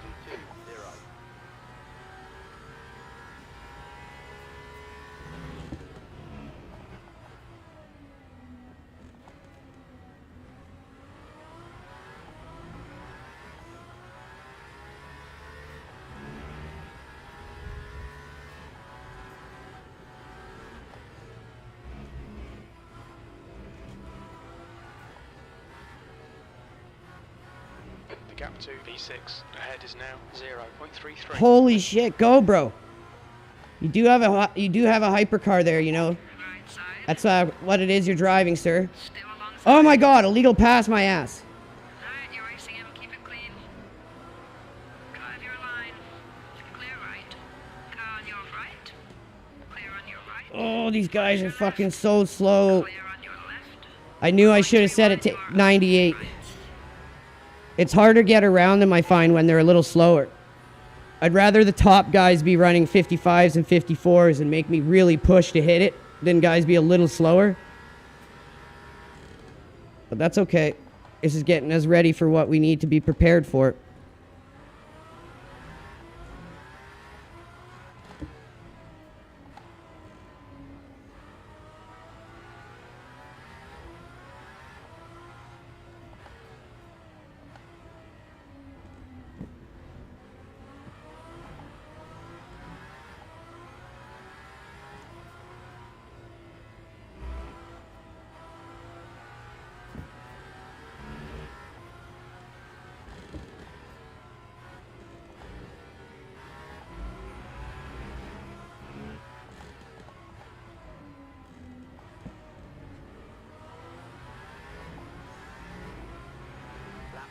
58.97. So we just have body damage.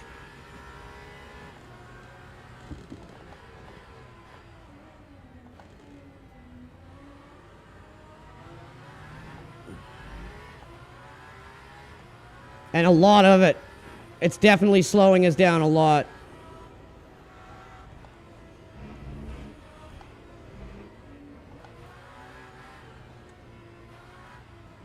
Holy shit, dude.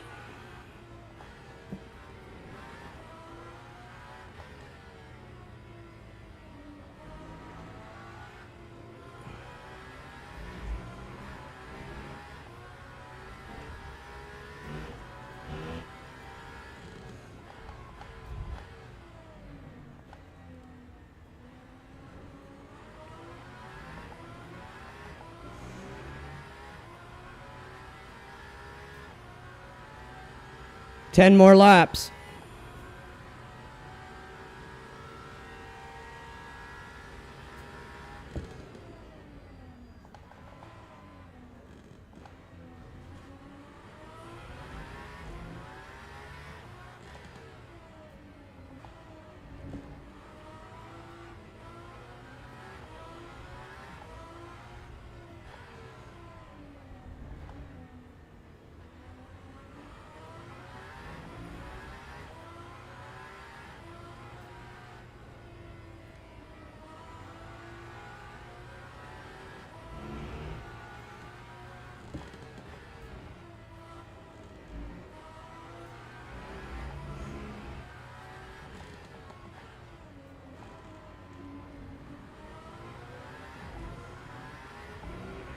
That time was a 157.46.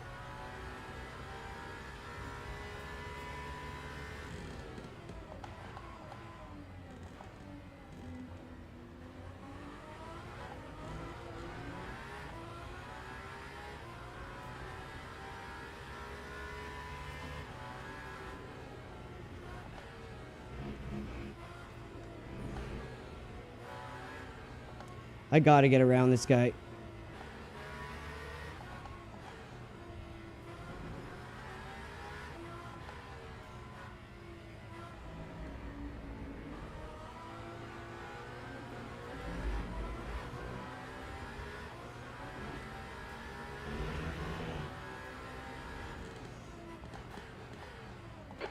Watch your right. And clear right. Come on, Aston. Run, my friend, run!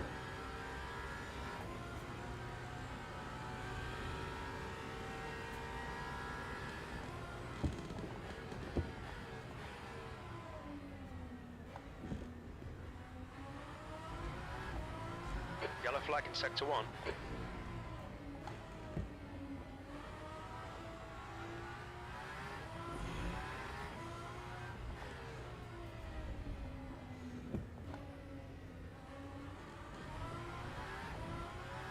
Okay. Almost back to where we were.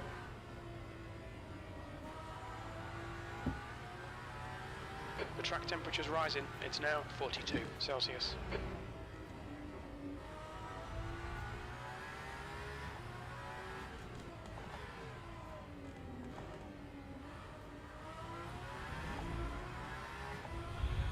Lap 158.90. V6.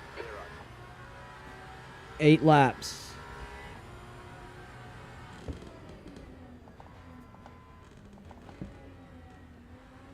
Car left, stay right.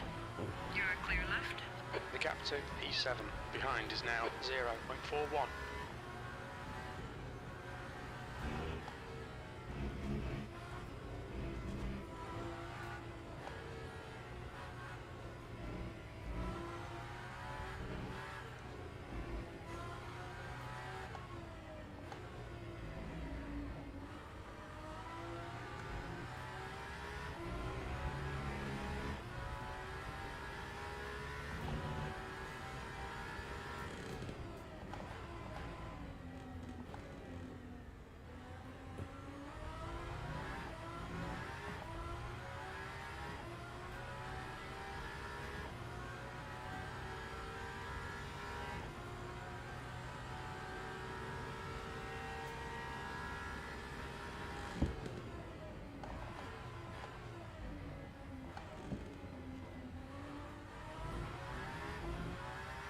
Slower class car ahead. Sector 2 is 0.26 off the pace.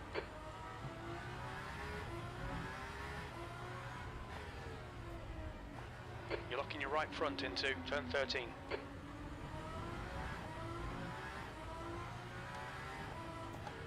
Car right, stay left please. Right side is clear.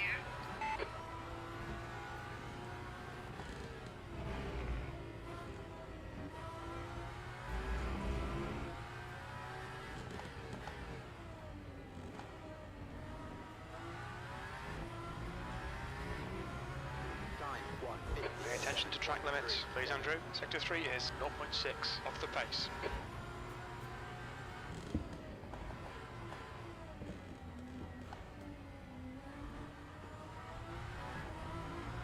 We can maintain with the damage, but we're not going to climb into the top. So I'm wondering if we sack the time to repair it, because it's costing us our peak lap times and our ability to catch the top drivers. On your right. Coming up on a slower class car. I have no doubt we can hold this position with the damage, but I'd like to advance farther up the grid here.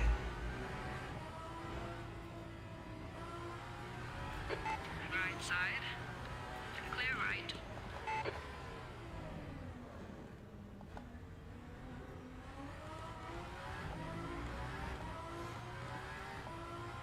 You're locking your left front, braking for turn 11. I think we take the repair for sure.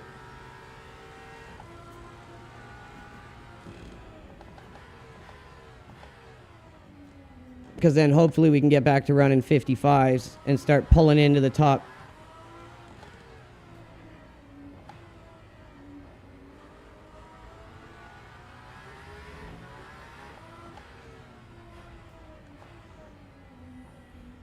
Car on your right.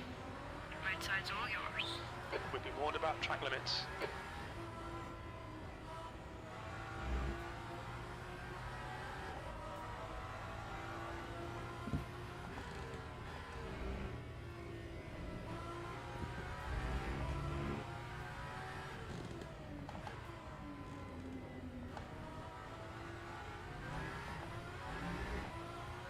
Time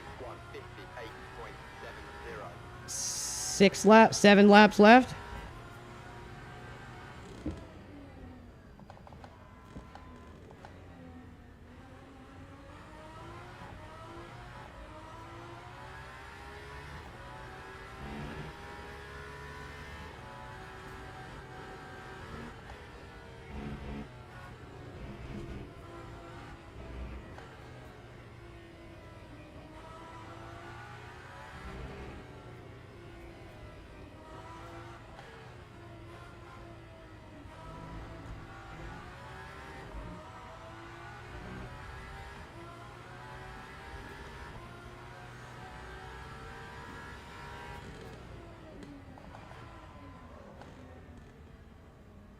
That's going to cost us some time.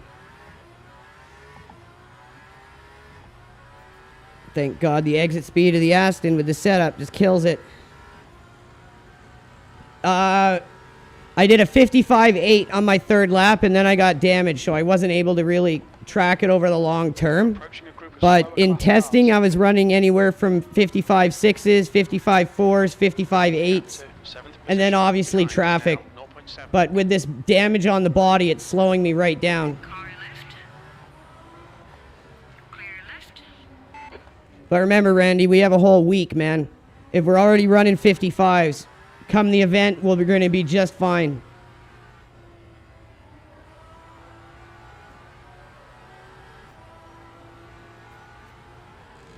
Oh my God. Left. Clear on your left. You're coming up on a slower car.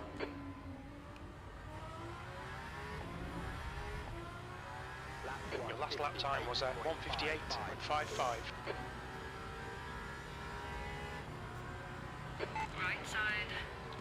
And clear right.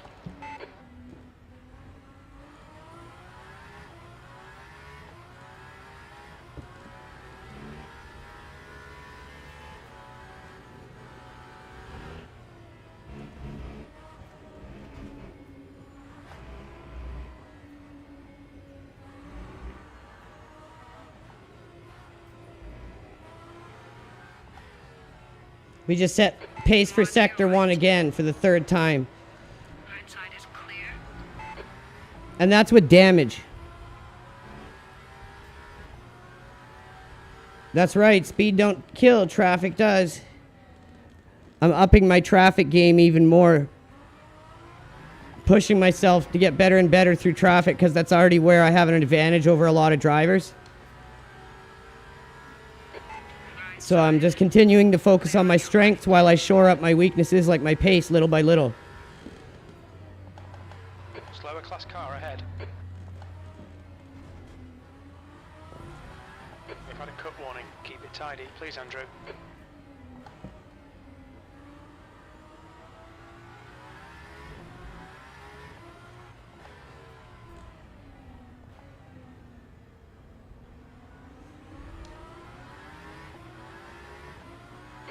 Car on your left. You're clear left.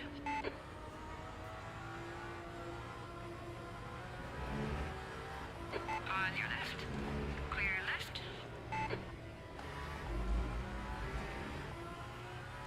Sounds good, Randy.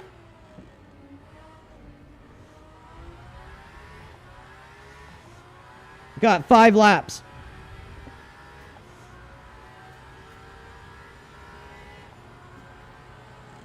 Car right. Stay left, please. Clear right. Slowly catching To Estra. Yanni. Now 1.0 seconds. Get back our 5th place here. Slower class car ahead.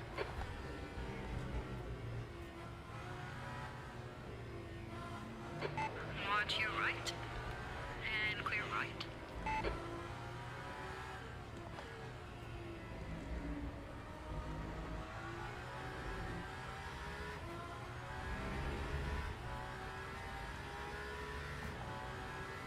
Okay, Andrew, you reel in P5.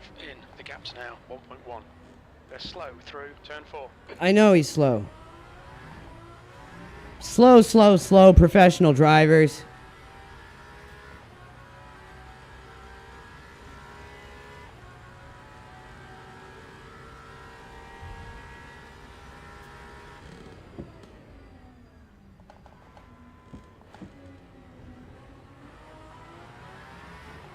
Right side. Right side is clear.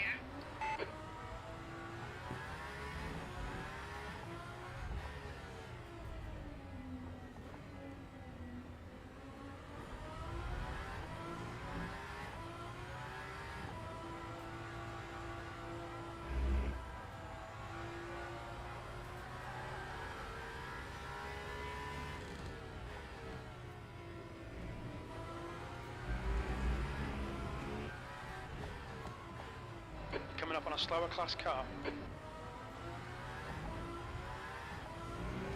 That time was a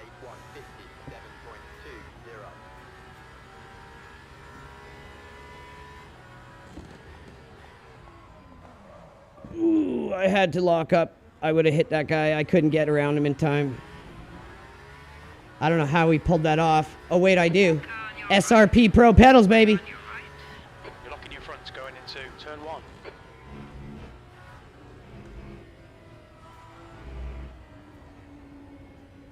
The gap to Yanni in front is now 1.2.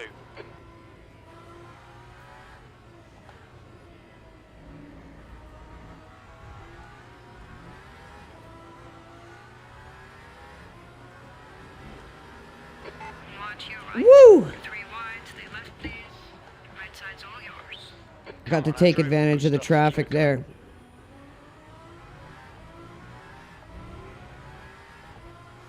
Back in 5th before the first pit stop. 3 laps to go. On your right. Clear right.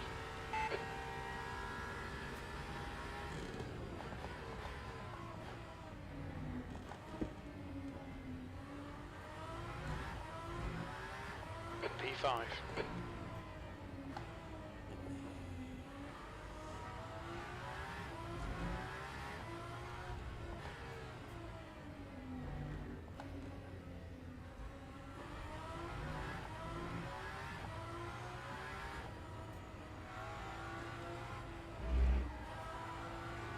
Gap to Yanni behind is increasing. It's now 0.7.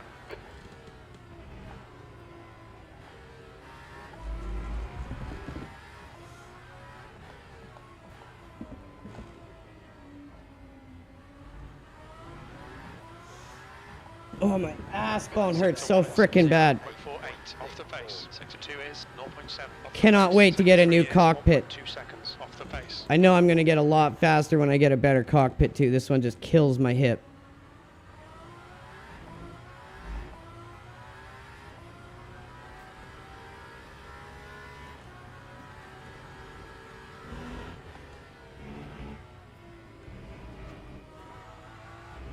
Keep it within the track limits.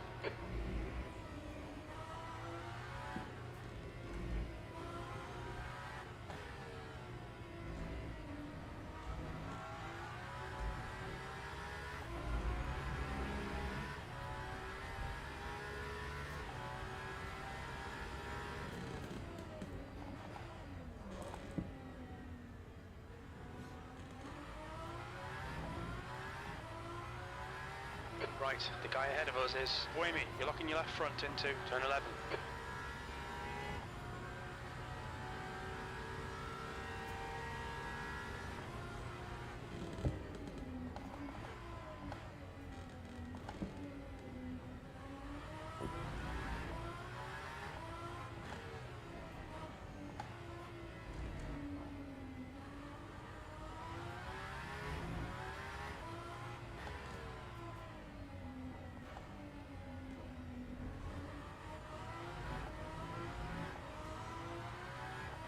Next lap, we'll bring it in.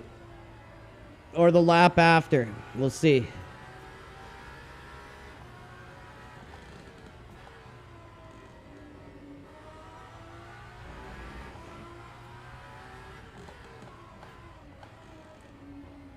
There's a car rejoining. Oh, someone already has pitted. Wonder who. Acknowledged. Pit stop requested. Some of the GTs, but I saw that hypercar come out. Coming up on a slower class car. Watch the paint. The left side's yours. Oh, it's one of the back marker Aston Martins.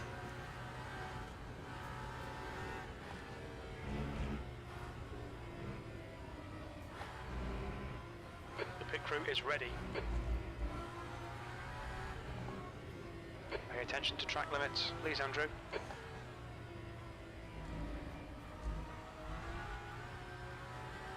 The next car is 1 lap behind.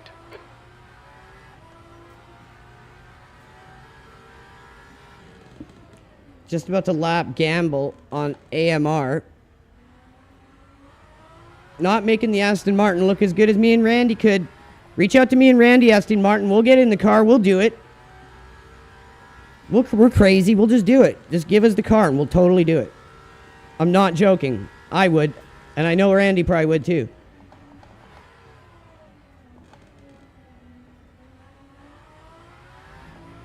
We don't expect any traffic on the pit exit. On exit, we should be in position 17. A few seconds behind Duval.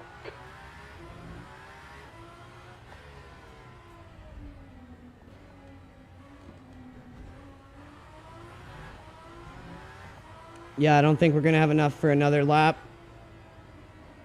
without risking an energy penalty.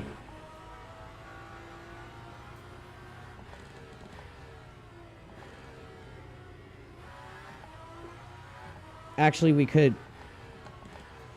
I have just one in the tank. Slower class car ahead. There's a car leading the pit lane. Just have to do a bit of energy saving. Watch your right. Right side's all yours.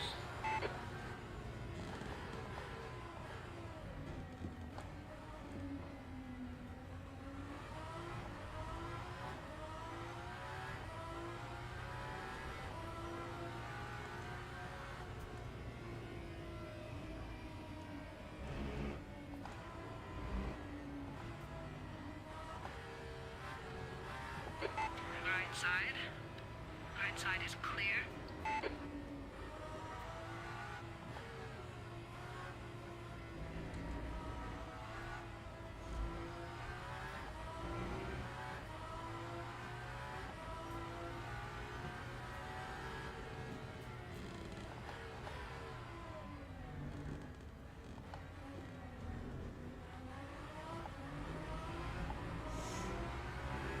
Okay, so what do we want? We want repairs. The gap behind is now 0.9. New mediums. With a hard on the front. Same as we did. You're approaching some slower cars. These guys are fighting for position.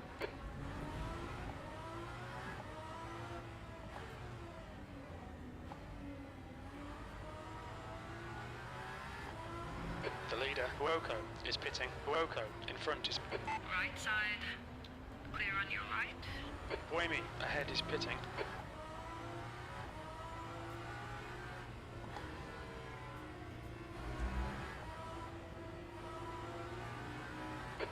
More to your right. And clear right.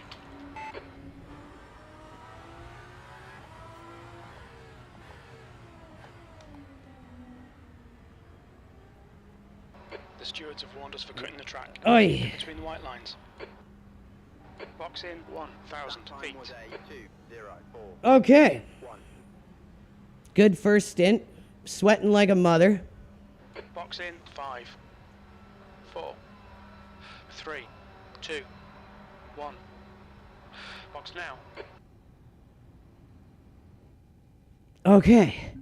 That's cool. I can get up for a sec. Get on Discord. Let me get a drink. A cold drink. Get on Discord, and then we'll keep going, everyone. Give me 1 sec. Turning into a good race so far.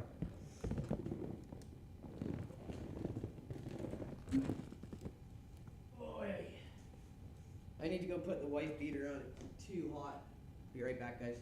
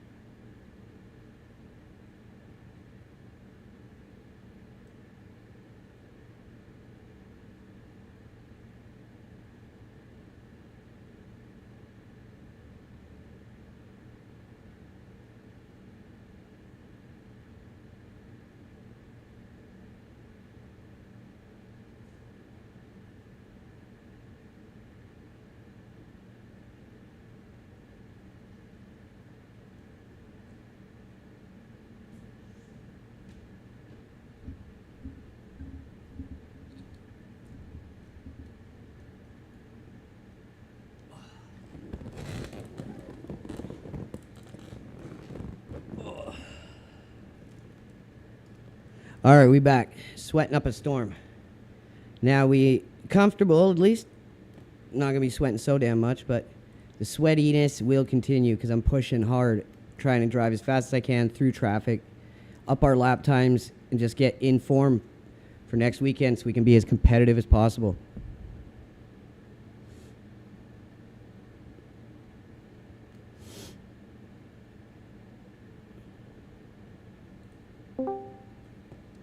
Hey, what's up?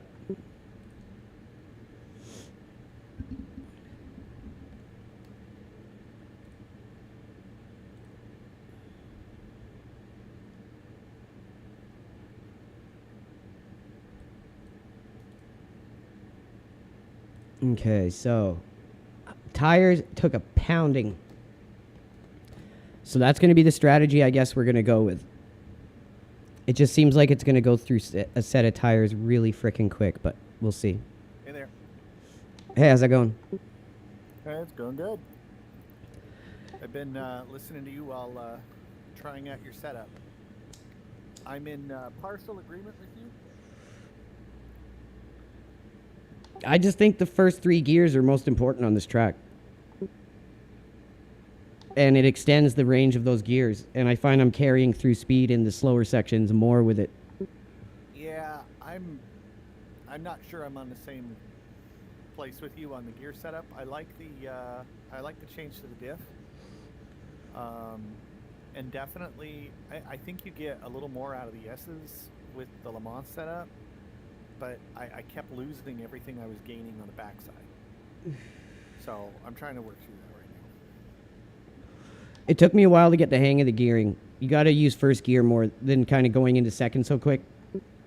Yeah, but I that's the thing. I am already a first gear person, so. Well, tomorrow I want to run this again on either Sunday or Monday. I want to do a couple of them before the event, and I want to test one with the Le Mans and one without the Le Mans and see what's best. Let me see here. Let's see. Change the setup, and then I just reloaded your setup. I was having a laugh because you got Team Legacy Radio Gaming, and you typed in the name of the setup, but I think you meant to type final, and you typed vinyl, and I thought that was funny. It's vinyl final. It's the vinyl final? Yep. You know, vinyl always sounds better, so, you know. Let's see. Preload. So you dropped the preload to 145, you say. Let me try that with just the standard ratio. Yeah, that's what I wanted to try too. Yeah, let me try that out with the standard ratio, but lowering that diff.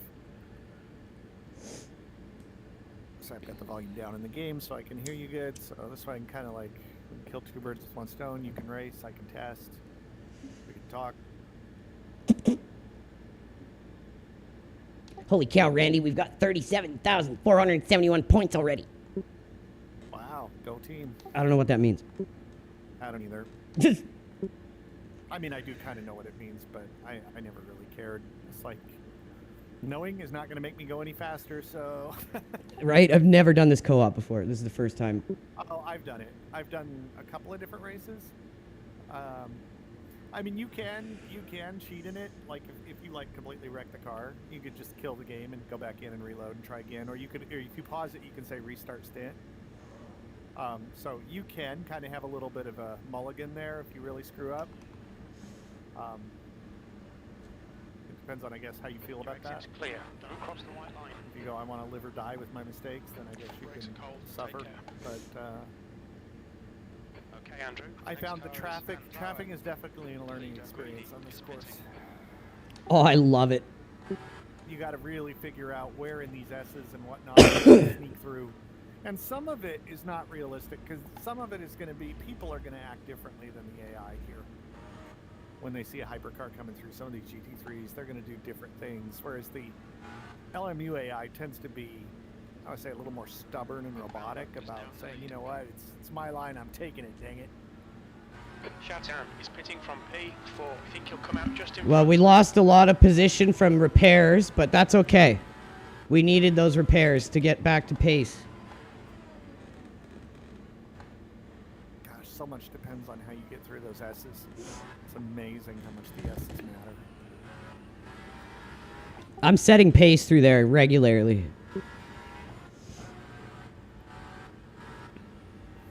It's always a battle for balls versus control. It's like, you know, if you look at like the hottest alien labs, it's like they fly through the first one and they barely touch the brake in the second one, and I'm like, I can't keep control of the car at that. I can't do it. I'm trying. I'm working on it. But you push full throttle through that first one, it's hell to try to get the braking right to get through the second and third portions. And once I thought I did it, and when I looked at the replay, and it was like I saw my brake lights flicker on, and I'm like, I knew I was touching the brakes. I knew it wasn't like I was full braking, but the coward in me was already starting to touch them, you know? Yeah. It's like, oh, dang it. I really need to put in a dead zone on there so I can dial out my touching, you know, the brakes there. Just like, don't do it. Right? Okay, we gained a I few call it spots really back. a phenomenon because when I lived in California, I did the one-day Skip Barber racing school, Oh shit. and then I bought an MX-5, and I took it for a track day there. And, you know, I thought I was really hot shit, right? Because I'd done this in Sim so much at Laguna Seca. It's like, could not compare to reality, I hate to say it, in terms of just the fear factor. Because even something like, you've driven Laguna Seca, right? Oh yeah. Okay, so you know how you go over just that turn 1, which is the top of the hill, is just a kink to the left. And you think that's no big deal. You take that flat out all the time. You know, you just aim yourself correctly over the crest and off you go. First time I did it in a Miata, I about crapped my pants. Not kidding. When that car went light at the top of the hill at that speed, my foot was on the brake pedal before I could even think about going onto the brake pedal. It was That's just funny. Raw. It was just, holy crap, I'm experiencing 0G here. What the hell? And my foot was immediately on the brake pedal going, no, no, no, no, no. What's up, man? How's it going, Jacques? We're just here doing the co-op, preparing for next week's 6 hours of COTA. It was just in real life. The corkscrew wasn't so bad. It was fun. But the turns right after the corkscrew, where you got to get all the way out to the right and then back around to the left, just the camber and the elevation and everything, I swore that car was going to go off into the wall. And I finally grabbed an SCCA instructor. I said, I got to just admit I need some help here. So I had him drive me around for a lap and point out everything. And then we switched places, and he got in the passenger seat. And oh, he had a good old time with me. Really good old time. He would be staring out the passenger side window, looking down, going, see an awful lot of pavement there you're not using. Might want to consider using that. I'm like, I'll crash. He's like, you did it in turn 4, same geometry. You're just scared, that's all.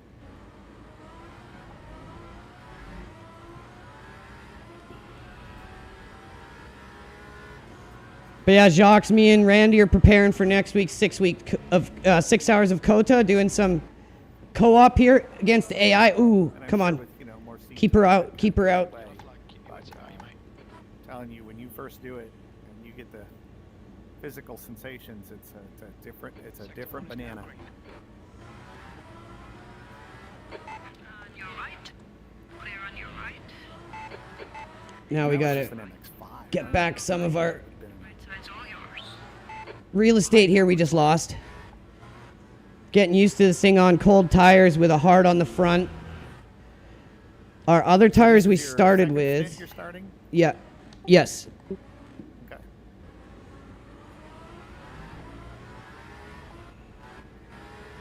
On your right. Well, that lap was absolutely horrible. Come on, let's focus here.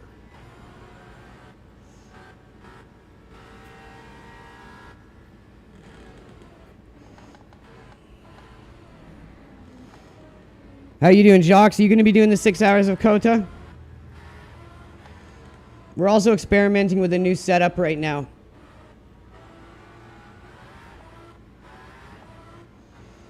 We were in P4, P5 before we pitted, but we had some damage, so we took the repairs, set us back a bit, but we'll get those spots back. Getting used to the cold tires on a fresh set of mediums is different than coming out on your qualifiers. So that's something I've got to pay attention to here. I just about lost the car into the wall there by not being aware of it. Lap 2, 9, B13. 8.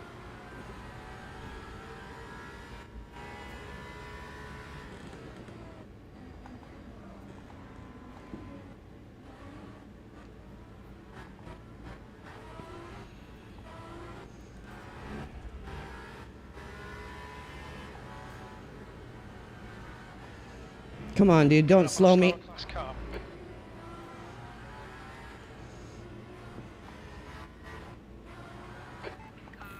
You're making me wish I had your pedals, though. Side by side in the room. Keep it held. Clear on your right. Watch your right. How am I doing that? Oh, I was just listening to you earlier. I told Cameron about them. He said, oh, so you mean they're cheater pedals? I'm like, yeah, maybe a little bit. Just a little bit. Right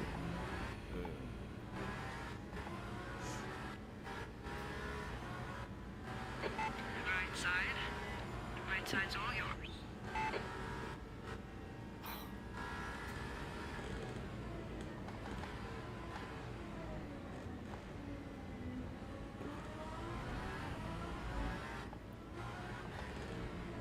Stay between the lines, please, Andrew. I don't want to stay between the lines, Jim.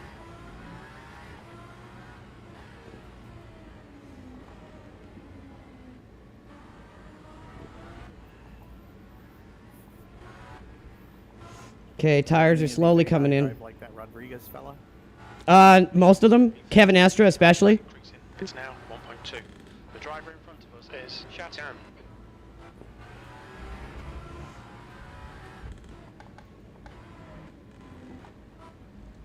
All right, well, I'm on track for a 155. Let's see if I can hold it. Time was a 1, V12. 3, 1.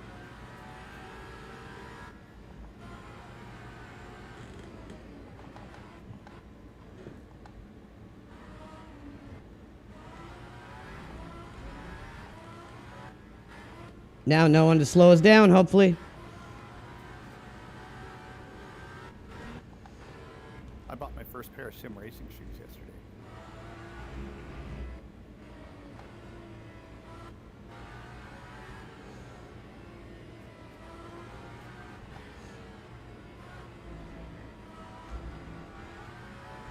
You're coming up on a slower car. I just use my grow room echoes. Yeah, I know. I see them. No, I'd been driving in my socks, and I was just like, you know what? I need to get me something with some grip, but not so thick that it takes away any of the feeling of the pedals. Yeah, that's important. And I actually found on Amazon they had a $45 pair of sim racing shoes. And I looked at them, I thought, dang, these look pretty good. They got highly reviews and everything. I was like, yeah, I'm gonna try these. I like them. They're good. It makes a big difference.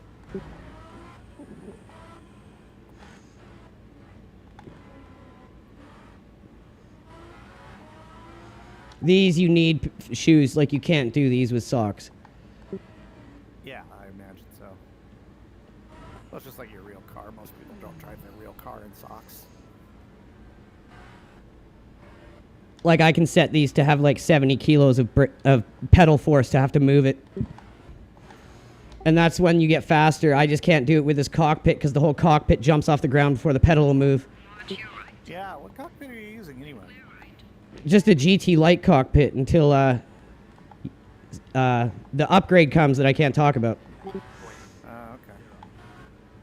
Well, I tell you what, I've seen some people knock on the play seat, and I know that the lighter weight play seats are probably not the best, but I will tell you, their premium trophy that I have, it cradles you.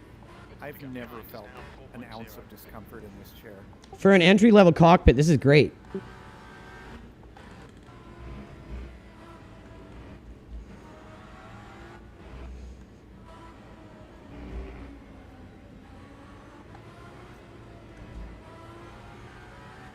Somewhere along the line, I really screwed up this lap. I'm not even sure where. I wasn't looking at the delta.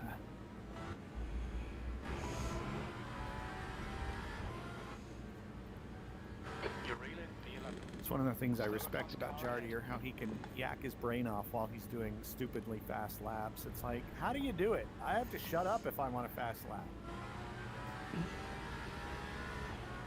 Honestly, it just becomes muscle memory. Right.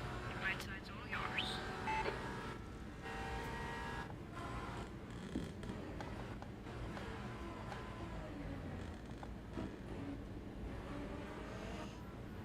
Out of my way, sir. Right side. Right side is clear.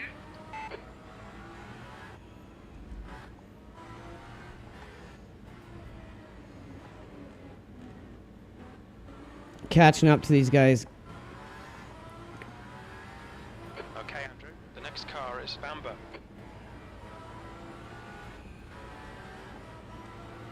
Left side.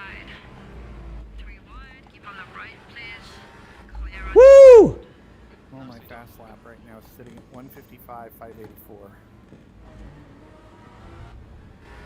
It's just like Good lap. Davis and a bunch of them together. P11. 9 1. The car in front is shut down.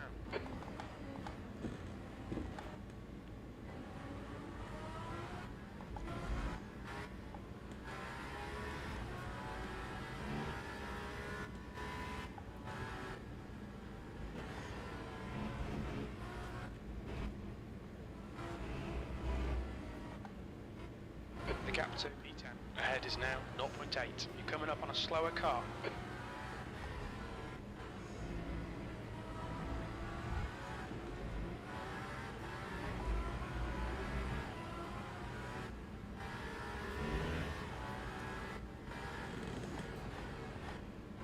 To be wide, you're on the left. Car right, stay left, please. And clear right. Had to get around him. Good pass. Eyes front.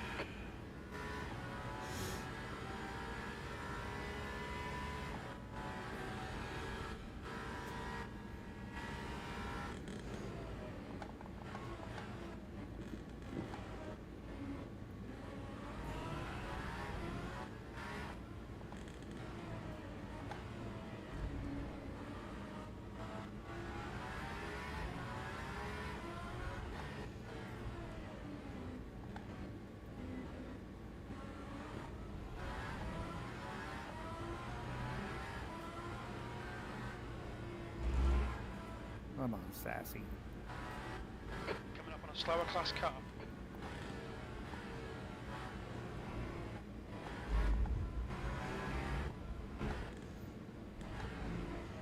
So you guys didn't do the first 6-hour race at Clear left. Qatar, did you? Clear left. Other guys did. I didn't. You cut the Oh, track. okay. Keep it nice and tidy.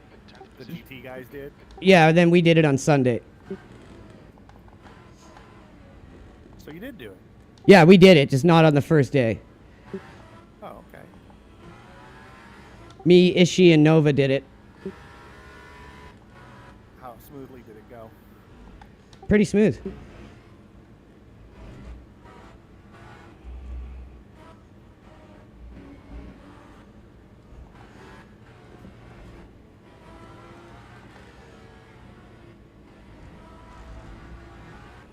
Why am I losing so much time?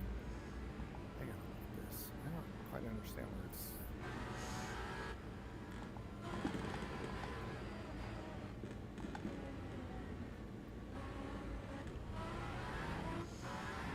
Slower class car ahead. I find when I'm having that happen, it's usually from my RPMs dropping too low, so I try to burp the throttle and then it keeps it up.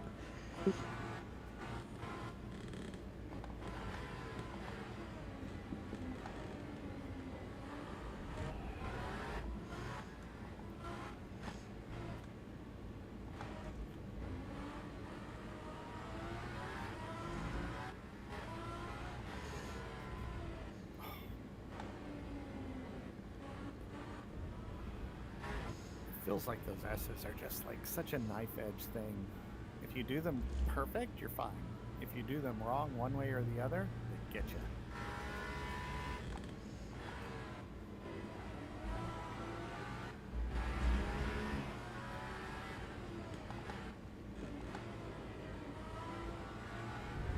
Didn't you know Kathleen Kennedy invented those? She's saying she's hiding it. Next car. Get ya. She's gonna get you. She's gonna get ya.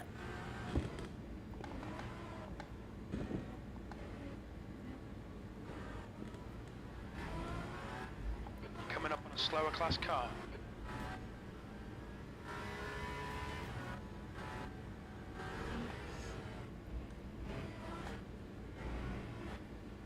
Did you like my new AI renditions of Sassy Pants? Yeah, that was awesome. I'm like, okay, Google. The gap behind is now 3.2 seconds. I like it. The first one she did was like really serious, the first photographic one.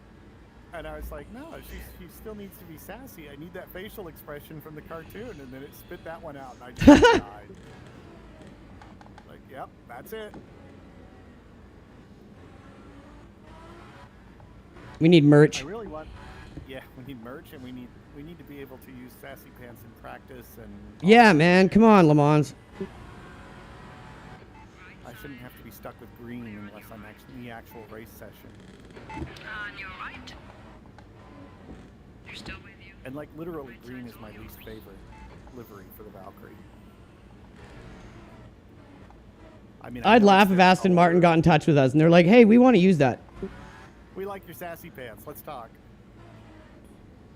Oh, I spent some time building. You haven't even seen the most recent ones I did with the IMSA, where I gave her the IMSA checkered cape. Oh, really? Yeah, the blue two-tone, and I had them place the crown with a blue sapphire. It's fantastic. And she's holding the sword, and got that blue checkered cape. It's like, okay, she's ready for IMSA.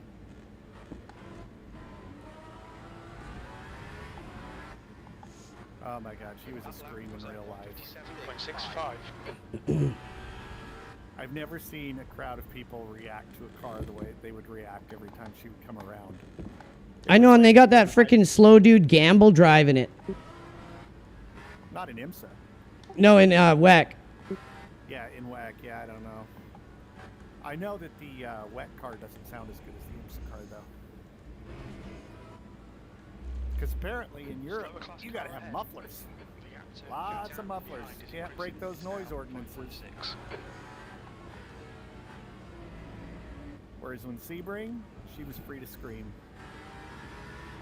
On your right. Right side is clear. And scream she did. My son is like, when we go to Sebring in March, we're gonna buy lots of Valkyrie merch. I'm like, you bet, son. We're gonna load up. They better have our Valkyrie merch by then. 11. Yeah. Oh, I might print one. I might just, go to my daughter and say, I need a T-shirt for Sebring. That'd be hilarious. Put sassy on it with a picture of the car. The sassiest car in endurance racing. Watch people go, where'd you get that shirt? Where can I get one of those shirts? Yeah, seriously. Can't tell you because I'll get sued. I get a cease and desist. Or they might be cool with it. Who knows? Yeah, you never know. I will say, we went to the F1 race here at Circuit of the Americans, and it was fun. We enjoyed it. We traveled and made a trip out of it, my wife and I. She really enjoyed it. But when we went to Sebring, I mean, just a whole different atmosphere. It's so different. We got to do a grid walk, for free. Oh, that's cool. The morning day of the race, we got to walk down the grid and be up close with every one of the cars. Everybody had paddock access. Everybody was in the paddock. Autograph sessions with the drivers, open to everybody. Just the staff there were all mostly volunteers, and they were just super nice. They just weren't so uptight. Whereas F1, it was kind of like, okay, good luck getting anywhere close to an F1 driver. You don't have a lot of money and you're not famous, forget about it.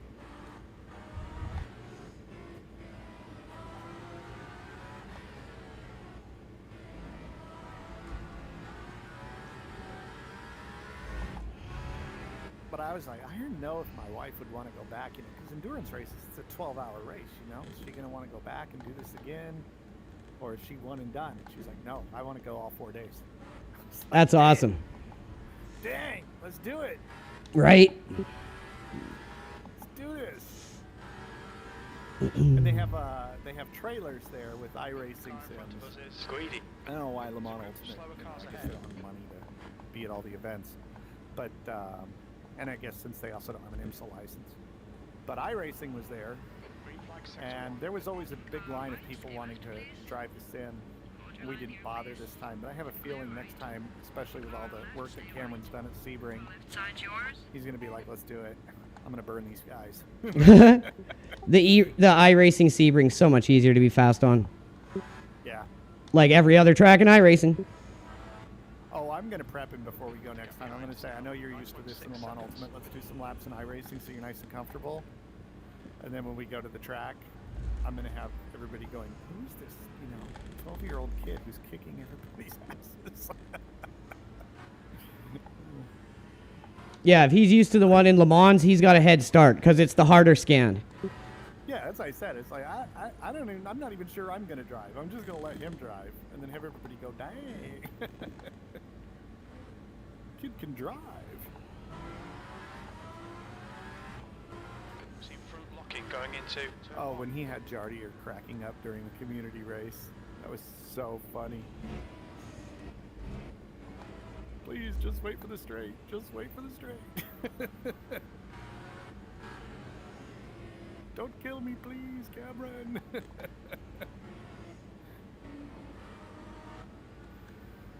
like, son, you scare people.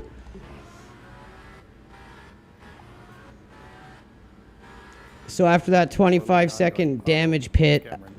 this stint is pretty much sacked. We've gotten back a few positions.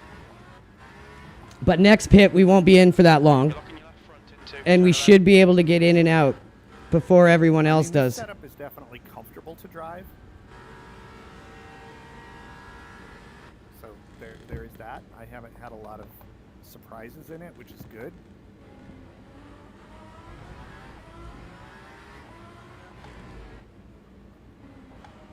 Which one? Your setup. Mine, Okay. With the standard gearing, I can't declare it to be, you know, faster necessarily right now, but I will say it is pretty comfortable.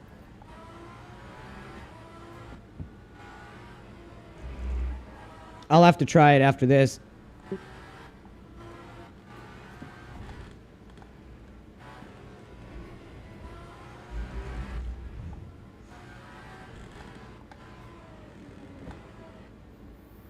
But yeah, if possible, I wanted to do a couple of these before the event next week. Behind is now. Yep. 11 seconds. Sector 2 is 0.5 off the pace. Yeah, me too.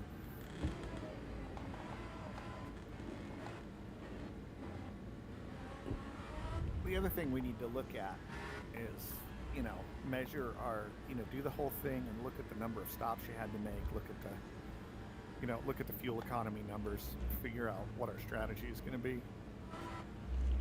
Yeah, it'll help with that too. I don't know if Phil's going to be able to bail us out here. Slower class car ahead. Watch your right. Is he doing it in GT3? Yep. Good. He'll be leading the GT boys.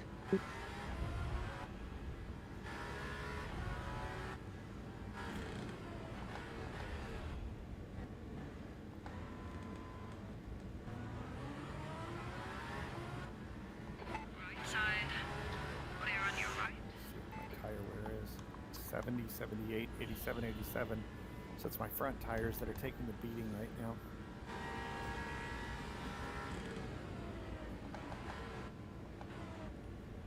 It's like I feel like I could do a stop and just change the fronts. Right? Sector 2 is 0.1 off the pace.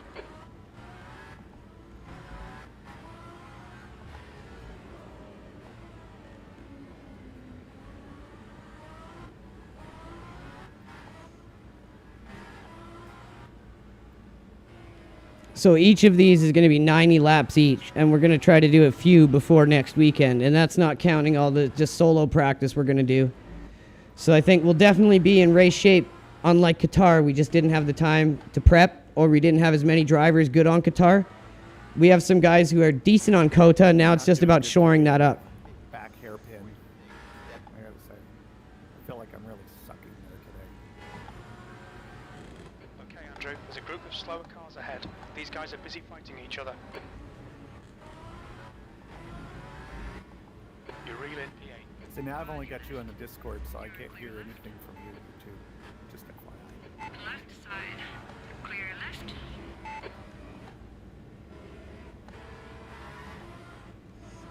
Watch your right. And clear right.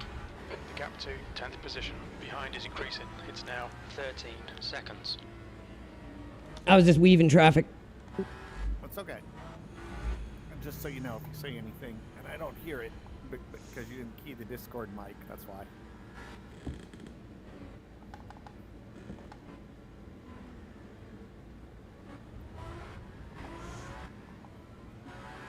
Yeah, I tell you, man, the Glickenhaus is weird. It's stinking fast, and it rotates really quickly. But the wheel just feels really weird when I use it.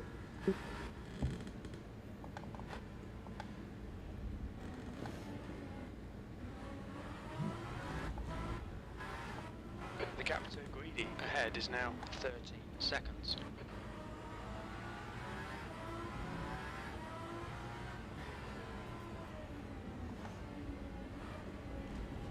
I qualified with a low 54. It's the best lap I've ever done. Wow. I've never done a 154, so I guess you're top dog now. Yeah, watch quali. It was crazy, dude. Coming up on a slower class car. What was And that was with the Le Mans gear. 154 what? I can't remember. I'd have to go back and watch it. Was it a low 154 was it a high 154? I think it was like a 54.8 or a 54.7. Oh, that's amazing.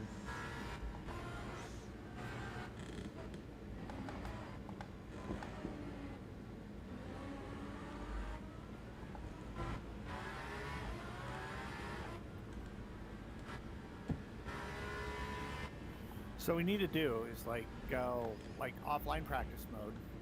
We both do like an entire stint on each gear. And then we take a look at the spread of the lap times and then decide what's going to work for us. Yeah. And if we need to, we can compare some telemetry. Watch your right and clear right. Okay, there's one thing I really like about Coach Dave is that you can share telemetry with someone who doesn't have the software. It just opens up in a web browser. Whoa! Sorry. Had a moment. I think we're chasing down 8th and 7th. Just got to get back to doing some clean laps here. Try them on again. The final vinyl. Slower The class final car ahead. vinyl. Change powertrain to one. What made you go with 145? P9. I just prefer more loose differential, especially on a windy track. Low speed.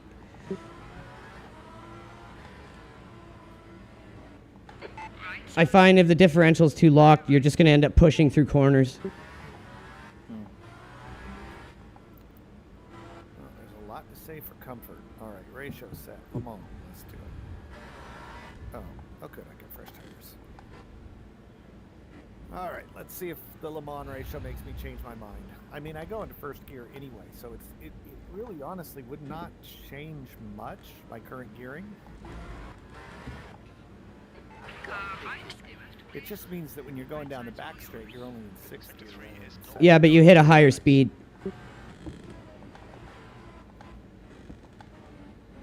All right, well, let's see. Even though it's 6th gear, you get a higher kilometer per hour out of it.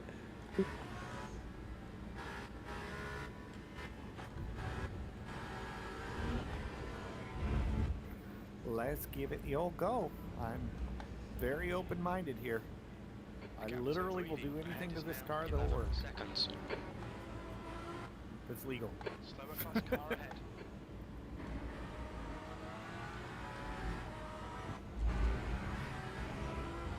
Man, we were off by a hair on that cut, and I had to slow down. Otherwise, we were just flying through there. Almost a second up through the I S's. watch the tire wear as well. I feel like I wore things down pretty fast last stint. Clear on your right.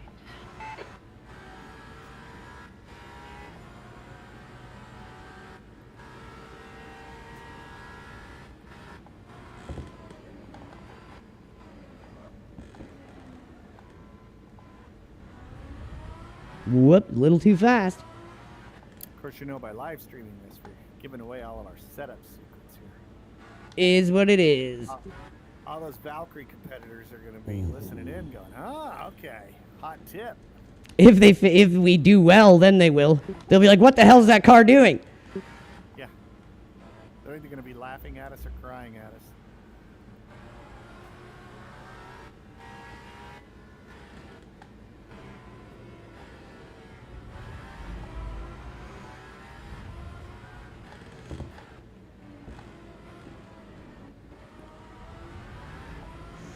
I mean, the track is called Lone Star Le Mans. There you go.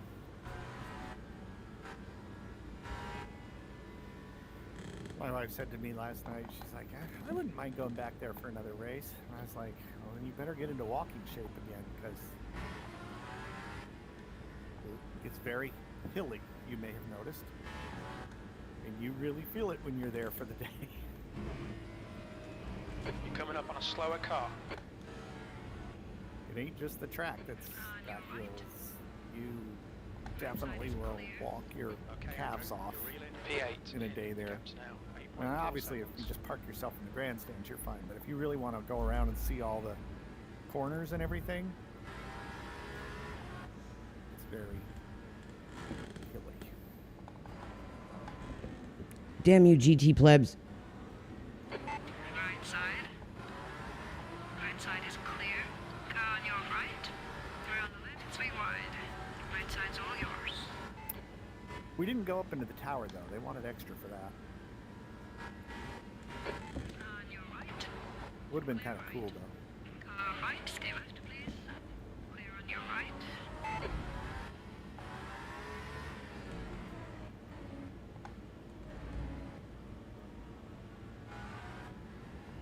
So you've been to Vancouver. What other tracks have you been to? Any? That's it. That's it? Yep. And then they used to have like Malibu Grand Prix in Kelowna, which was cool. They had like little Formula 1600 kinds of go-karts that you had to have a driver license for, and then they had the regular go-karts. They closed it in like 2013 though. And then there's another really cool one out by Oliver.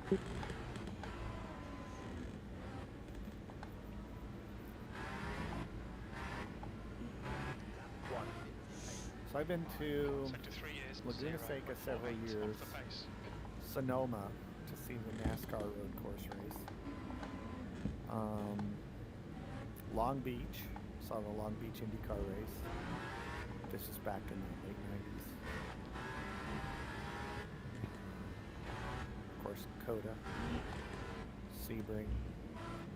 Coming up on a slower class car. Gosh, I think that's about it. I mean, I visited Daytona, but not for a race. I mean, I got to do a lap around. I mean, I got driven around Daytona at 160, Sector 1's quick. which was very wild. But I haven't actually driven. Oh wait, I got one more real track credit that people just don't even remember. Alright, They go, Andrew, oh the my next gosh. car is hand You know what it is? What? The Walt Disney World Speedway. There you go. The tri-oval that they closed down, that they ran the original IndyCar races in '96, I want to say. Really? 596, yeah. It was right outside the parking facility. They built a full NASCAR and IndyCar tri-oval there, and they had NASCAR and IndyCar races there. And then when they shut that down, they had the Richard Petty driving experience, an Electronic Arts set me to do that. That's So I cool. got to jump in- So I got to jump in a stock car and do races, not races, but do laps on the tri-oval. That's Find cool. out what an actual stock car felt like. That was definitely interesting. Right side. You know, they detuned it a little bit for safety, obviously, and it was probably had a little bit of understeer built into it, so the general public would not have accidents. But it was fun, and that's really about it. Time 1:57.70.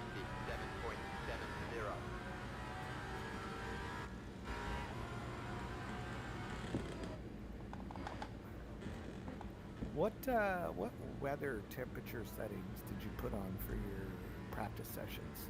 I couldn't select it for this.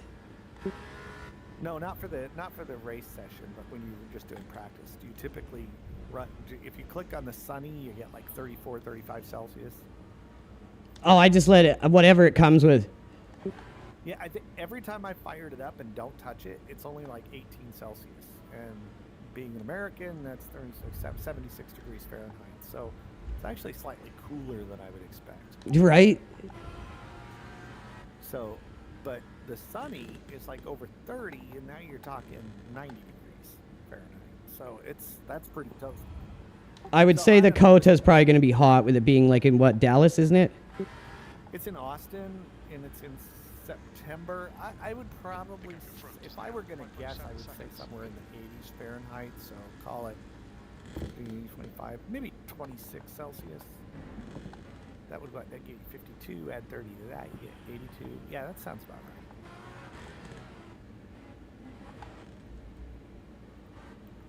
One thing racing sims have taught me is how to quickly convert Celsius to Fahrenheit in my head.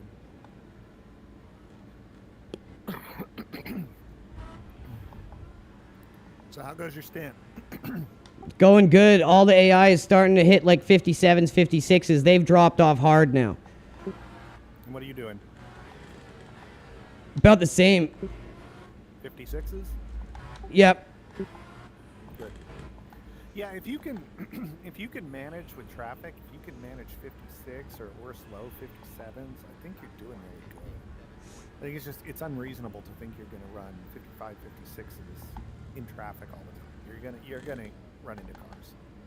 And then even when you're not running into cars, you're using up your tires. Yeah. So it gets harder and harder to maintain that pace with traffic, with tire wear. You know, just the inevitable load on you here. So let me just load Valk final. I didn't realize that my practice session ended on me. It's like I just started. Oh no, I didn't. It's been 2 hours. So You're a tenth off the pace in sector 1. okay, powertrain. Drop the preload to 45. Set the ratio set to Le Mans. And let's do something really wild. I think we're catching 8 tier. Stop doing that every time I start. That would be like really crazy. So it's not the final vinyl. It's the vinyl final LM. Your left front. 11. Final vinyl LM. That's what See, I think the problem with me is this cockpit just starts hurting the shit out of my hip. And then it's like I get slower and slower and slower and slower. It's hard for me to stay at peak speed. trick that I did to help me out here. I don't know if it applies. I don't think it applies. Slower class car ahead. Wait, you have an ultra wide? Just a 43-inch regular. Is that what's the ratio on that? Is that a 16 by 9? Yeah, 16.9. Okay. Yeah, it probably won't help you unless you're using like a head tracking thing or you're in VR. But one of the things that's been driving me crazy is looking into the apex of the turns, even in VR. The mirror and that big old honking wheel assembly on the front left and front right and the pillar blocks my view of the apex really bad. And it bothers me because you've got so many hairpins that are left-handers, right-handers that you're just kind of like, mostly left-handers. And you can't see them. Nope. Yeah, it drives me nuts. So I said, well, you know what? I could sit a little higher in this seat. And I clicked up my seat level, just, 2 or 3 clicks. Now I can actually see the apex just under the left mirror when I look over. Even on those tight ones, so it helps me adjust my turn radius to get it. So, yeah, you know what? That's an edge. I'll take it. I'll never drive outside of the car. I mean, I know that they let people do that, and I don't like that. I think you should have to drive inside the car. If you're Yeah, it can't be a sim with fucking arcade-style driving. Like, come on. My feeling is, if it's real, if you can, like I said, you're allowed to raise the seat. If you want to raise the seat, that's fine. Raise the seat a little bit, but your head better not be popping out of the top of the car. I can't believe they do the third-person camera and bonnet cam and all that in this game if it's supposed to be a sim. It's like, come on, man. It's like, are you trying to impress the gamepad console crowd? Well, Conway is now leading.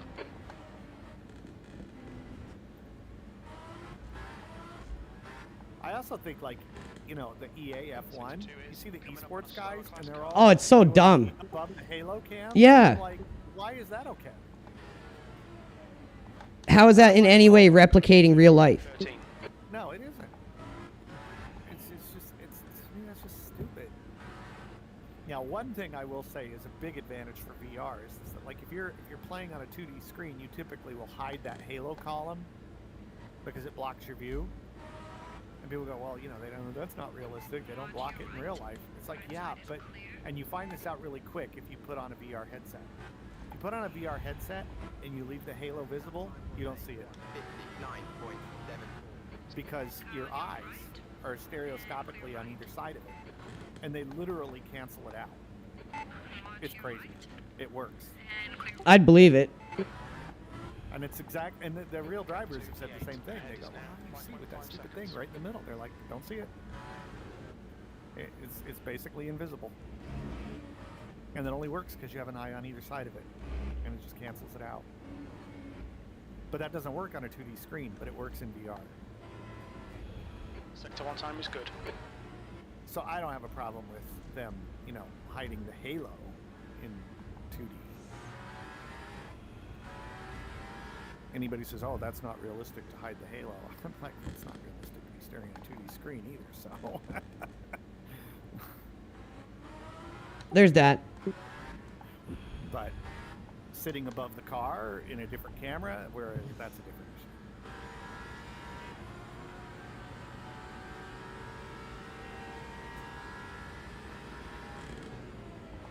Well, as all the AI starts to lose pace from the tires wearing off, everything like that, we still seem to be a little quicker. Slower class car ahead. All right, Andrew's crazy Le Mans setup. Let's see what you can do. That's what I should call it. Andrew's crazy Le Mans setup. Yeah, that's a good one.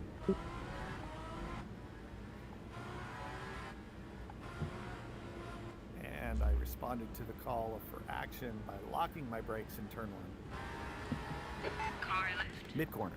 I'm clear Full left. lock. Cuoco is leading the race.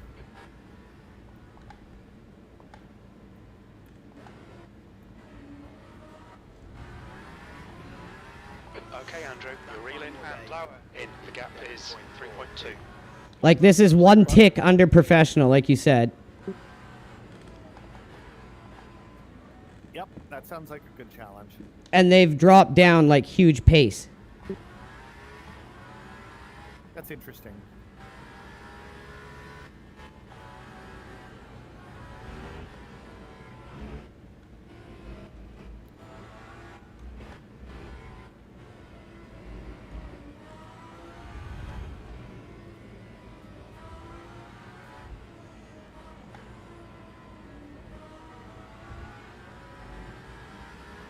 I wonder if it's, like, simulating driver fatigue. Car ahead. Could be. Are they still consuming fuel at the same pace? Right side. Yep. Right side is clear.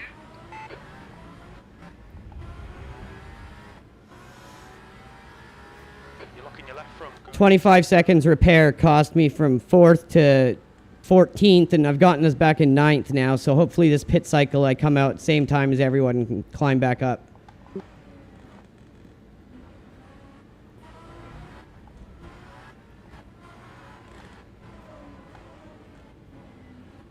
Now, in Le Mans Ultimate, when you do a driver change, does it make the pit stop take longer than a regular pit stop? Yep. 13. How much time do you lose, do you know? I can't remember. We'd have to watch a stream. It's all on the stream.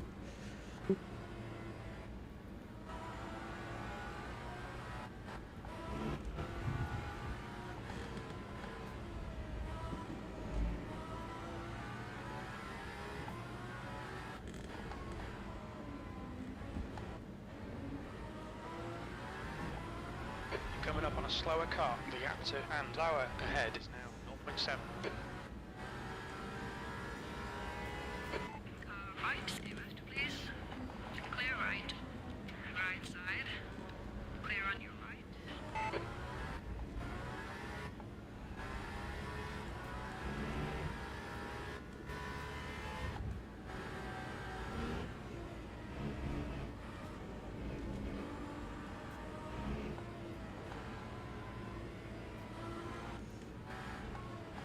On your right. Slower cars ahead. You're side by side, don't overdrive. Hold your line. The right side's all yours. Nice pass. All right, Le Mans setup. What have you got? On your right. Clear on your right. On your right. Andrew's sassy setup. Still there. Clear right. You just missed the most sassy overtake. Did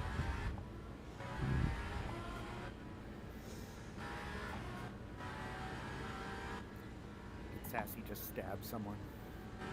No, it was like next level crazy. Totally clean though. Right side.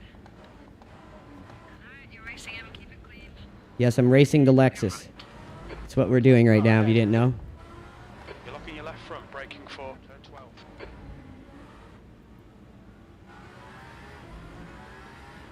Yeah, so 156.6. Come on, Andrew's crazy Le Mans setup.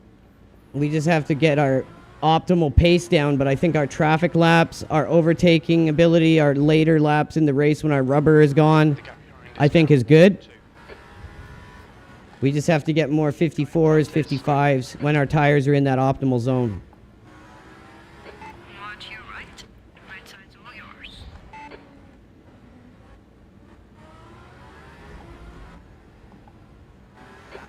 Watch your right. Right side is clear. 6 more laps in this tank.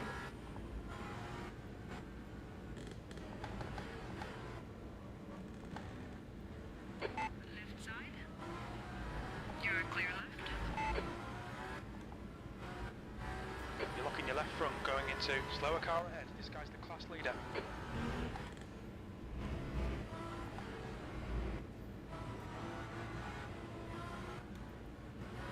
Car right. Stay left, please. Right side's all yours.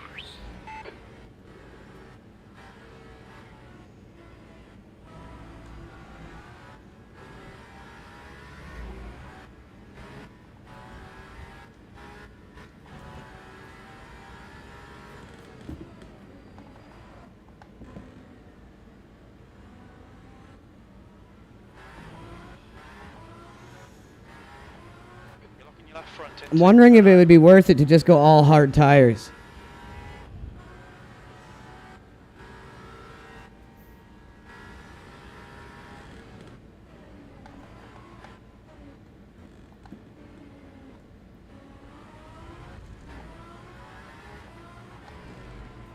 slower class car ahead. 156.3. That's 0.3 better.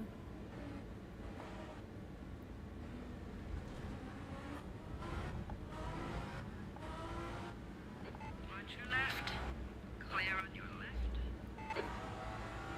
The gap behind is now 1.8. Oh, Jesus. Oh, no. Oh, no. Oh, no. Don't hit the wall. Too much curb. Too much curb. Get out of the way of the cars. Whew. That's car control. After some very bad car control. Okay, Andrew, the next car is and lower.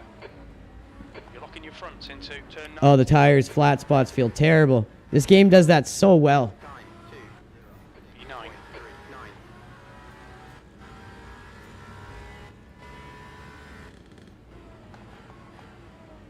Oh.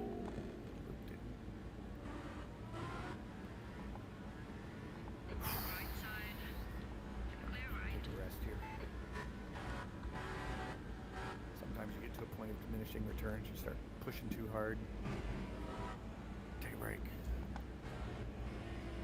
The gap ahead is now 3.1. Let's see what's on YouTube. Oh, I know.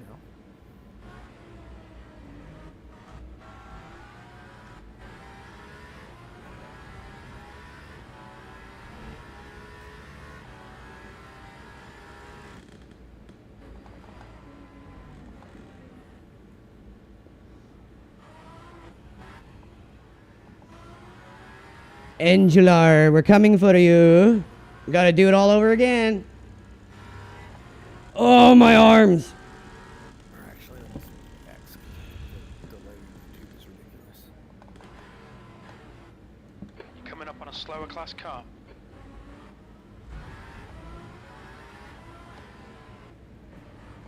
Come on, bro. I gotta go get Angela. Get out of my way.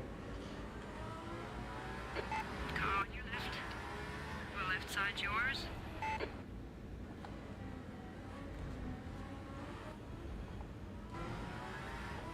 All right, I'm going to tell you when you cross the start-finish line. I'm going to say so on Discord, and then we'll see what the delay is. Okay.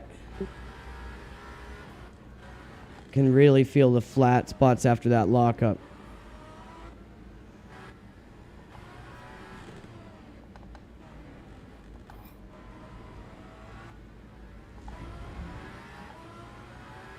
Oh, my shoulders. Gonna need a stretch after these next 4 laps. There.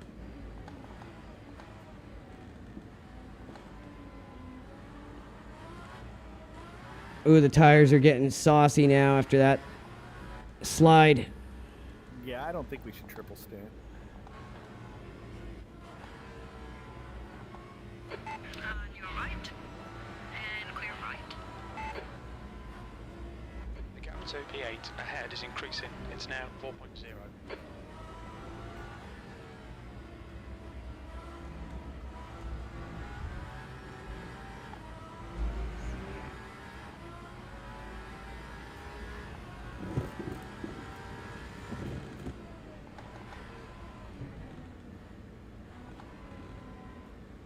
Ooh, the flat spots. 49. Everything's under 55% except for the back right. Oh my god, my arms. Tires are like 300, or my brakes are like 300 Celsius. But you took new tires last stint, didn't you? Yep. You're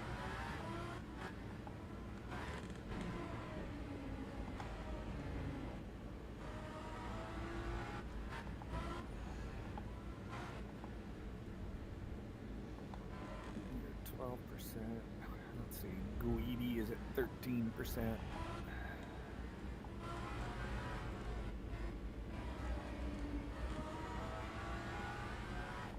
I like these guys behind you. I like chatting behind you's got 3 hards and a soft. That's a strat I've never thought of. 3? I could see maybe 2 hards in front. That's what I was thinking of doing before this. Because that's where all the wear is on the fronts here.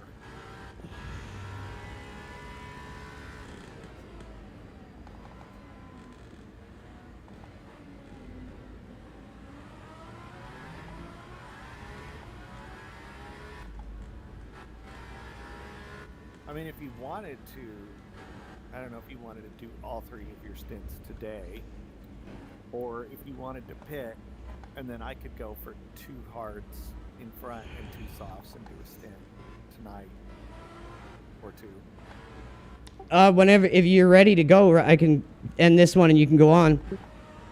That would be fine. It's up to you. I mean, I could tell you're kind of hot and sweaty and achy at this point, so it might be a good time to take a breather. Yeah. I'll pit and you can take over. All right. I want to see if I can spectate you. This is going to be interesting. Can you? I don't know. I want to see. Unless they added it, I don't think you can. I think I tried when we were doing it when they first rolled it out. Unless they added it, I don't know.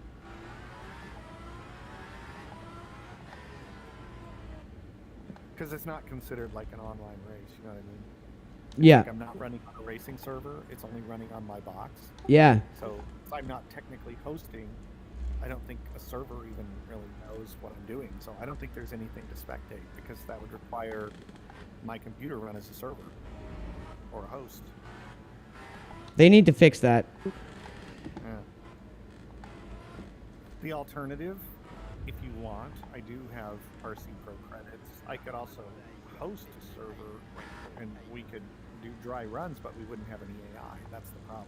Yeah. No, this is the perfect way to replicate the event. Slower class car ahead. That's okay. I'll bring it in. You can take it over. I was going to go all 3 hours because I'm trying to extend my endurance and being able to keep fast laps for as long as possible.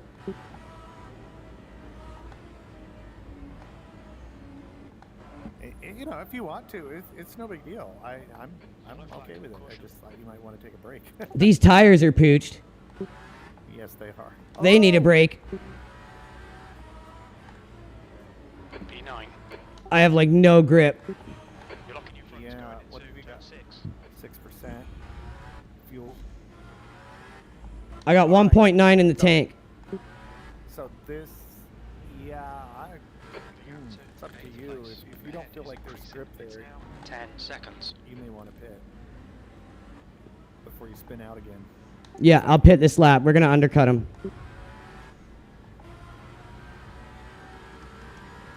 So what I do now is I go into here and I switch driver to Randy. And then when I pit, he will take over. I think.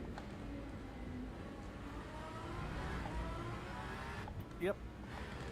Although you can do that. You can actually do that from when it pauses the game.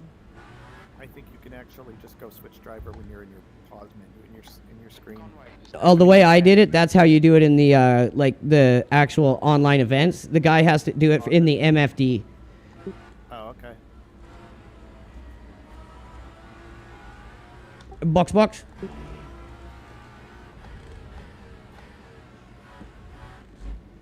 Who just said box? Box. Is that you? Are you balking? Box. Buck. Box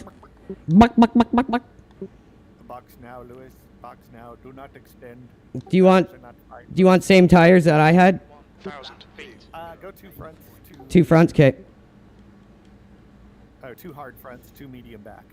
Okay, we got it. Box in 5, 4. But yeah, throughout the week, I'm definitely going to be doing another one where I do the full 3 in a row because I want to keep building up my endurance of being able to keep hot laps as long as possible. All right. Reminder, you're younger than me. I'm 38, bro. I'm 58, bro. You're the same age as my dad, exactly 20 years older than me. Oh, wow. Yeah, hello. Well, he races too, so. That's right. All right, so I'm going to click driver swap. All right. You ready for this? I'm going to go in and I got to relaunch the game, but yeah, I'll go in. Select driver. Selected Randy. First, Randy has to start the game. It's like processing my decision here.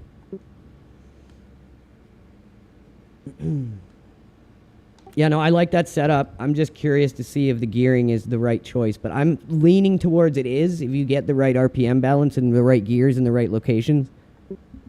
Well, I mean, my best lap was with it. I did a 155.5 on it, so obviously it's capable. Yeah, like I said, that's the one I did the 154 in quali with. And this is just the first day of prep. If we keep doing more and a couple more of these throughout the week, we'll hit 55s consistent with a couple 54s, hopefully. I know I will. I just got to get more used to the gearing here. Lone Star Le Mans 2025. There it is. Hypercar GT3 invites. I guess I should accept an invite. Accept. All right. Current score 6250. Well, that's buggy. It's not showing me your fastest lap or average lap. Were you really? Why does it say Team LRG position 4, score 6250? Okay, it's That's so old. bloody awful result, mate. That's so old. It hasn't updated. Wait a minute. Wait. It says teammate is driving, so it's not letting me. Now it says, now on my screen it shows teammate is driving. All right, let me exit out to co-op menu and go back in. There we go. Start stint. Okay, your average lap 201.539, fastest lap 155.832. And you are. We got 84,762. Oh yeah, that's correct. Start stint.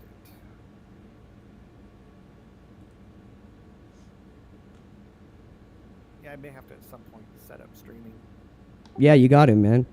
Well, the only trick is, I think streaming it's like if I'm gonna stream, I'm probably not doing VR, right? Because then you gotta otherwise everybody's staring at a VR headset. Well, exactly. That's kind of why I went for the whole decision of triples eventually.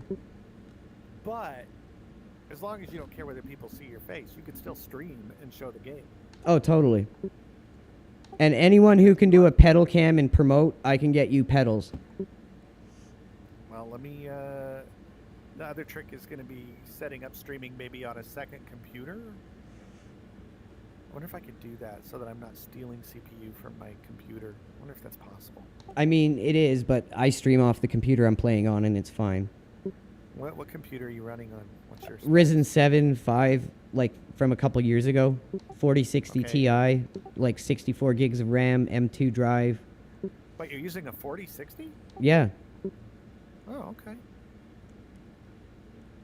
That's the one thing I need to majorly upgrade. I'm saving for a 5080 right now. All right, so you got the two hards there. You got to start driving. You got the fuel. So I'm going to hit start driving. And it's going to have me at tires 12 seconds, virtual energy 51 seconds. Pit timer's going. I see two yellow rears. right. We're in the top 9 out of 18 hypercars. I'll take that. And the AI is just 1 tick under pro. You know, there's one nice thing that can happen when you're not racing online. You can you can pause it and go into settings, change your volume or something. Yes. Exactly. Dude, I'm looking at this, Randy. And the top 3 teams that did this, they have 386,000 points, 244,000 points, and 242,000 points. And we're already at 89,000.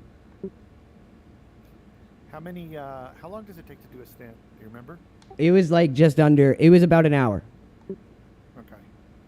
I may have to pause it for dinner before the end of my stint. But again, single player, you can do that. That's the beauty of it. All right. Exiting the pits. Let's see what hell I can unleash. If I scream a profanity and hit restart stint, then you'll know I wussed out. Well, no, it went well. Yeah. Oh, that's not cool. Oh. Hammond!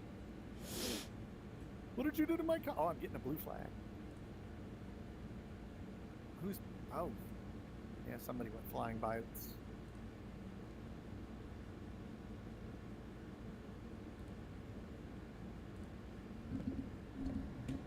Well, there's no damage, so that's good. Just get these tires warm.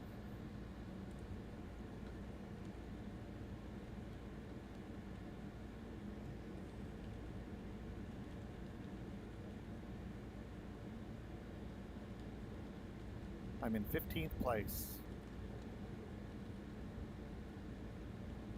That's what the pit cost us. Yeah, we undercut those, so we might get that back. Yeah, you got 6%, 6%, 4%. Yeah, ahead of me. Yeah, Randy's going to be jumping over some positions here. Let's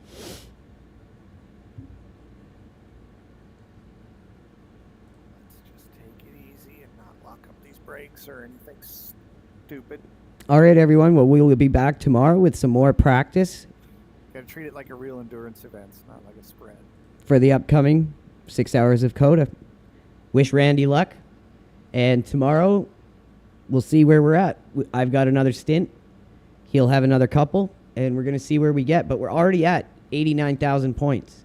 Or 84,000 points. And I've only done... oh, here it is, Randy. Here it is. That was 1 hour, 57 minutes. So if I had to finish the tank, it would have been exactly 2 hours. Okay. So I had a feeling it was right around yeah. an hour. So that's pretty good. All right, let's see what my opening lap looks like. Well, that's obviously a slow lap because it's my out lap. But I'm on my first real lap. The top team has 587,000 points doing it. And we're at what, 80-something thousand? Here, wait. I gotta get... No, wait. That's a lie. That's a lie. That's not. That's a GT3 team. I gotta select hypercars. The top hypercar team has 386,913. Their average lap was a 214. Their best lap was a 159. Bro, top 2, like second place, best lap 156, third 157, fourth 158, fifth 157. None of these people have a lap that's even close to my qualifier or even my race pace. All right, well, let's do this. Yeah, we're in a good spot, dude. I'll try to carry my weight. We're up to 14th now a little bit. Yeah, it looks like the 2 cars, 12th and 13th, have just gotten fuel, but we've got some low people, like 11th only has 3%. He hasn't pitted yet. Hey, I'm telling you, come race time, we're going to be more prepared this time than we were for Qatar, and that's all that matters, little by little. This preparing thing you speak of, I'm not familiar with it, especially after Virginia and Daytona. Virginia. What do you mean prepare? I just bought the car. Right?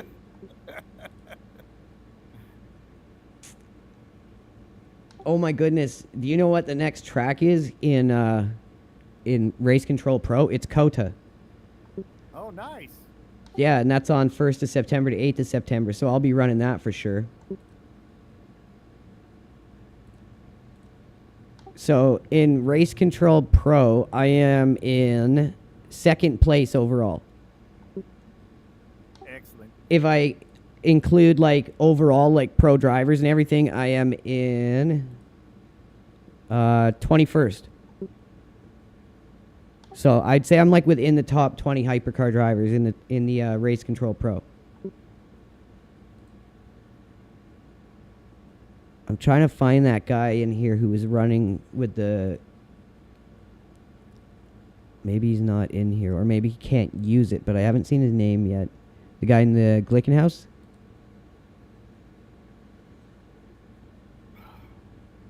Oh, get out of the way. Get out of the way. Dude. Frickin' GT3s. Oh, I know, right, dude? I think that's where my... Sorry, what? Get on him at the worst spot. Oh, right. I think that's where my average lap time beats everyone with my traffic. So, yeah, here we are. With round 6 coming up on COTA. We're going to be very competitive there, obviously. We can keep ramping up, getting ready for the event next week by doing our Race Control Pro. That is perfect.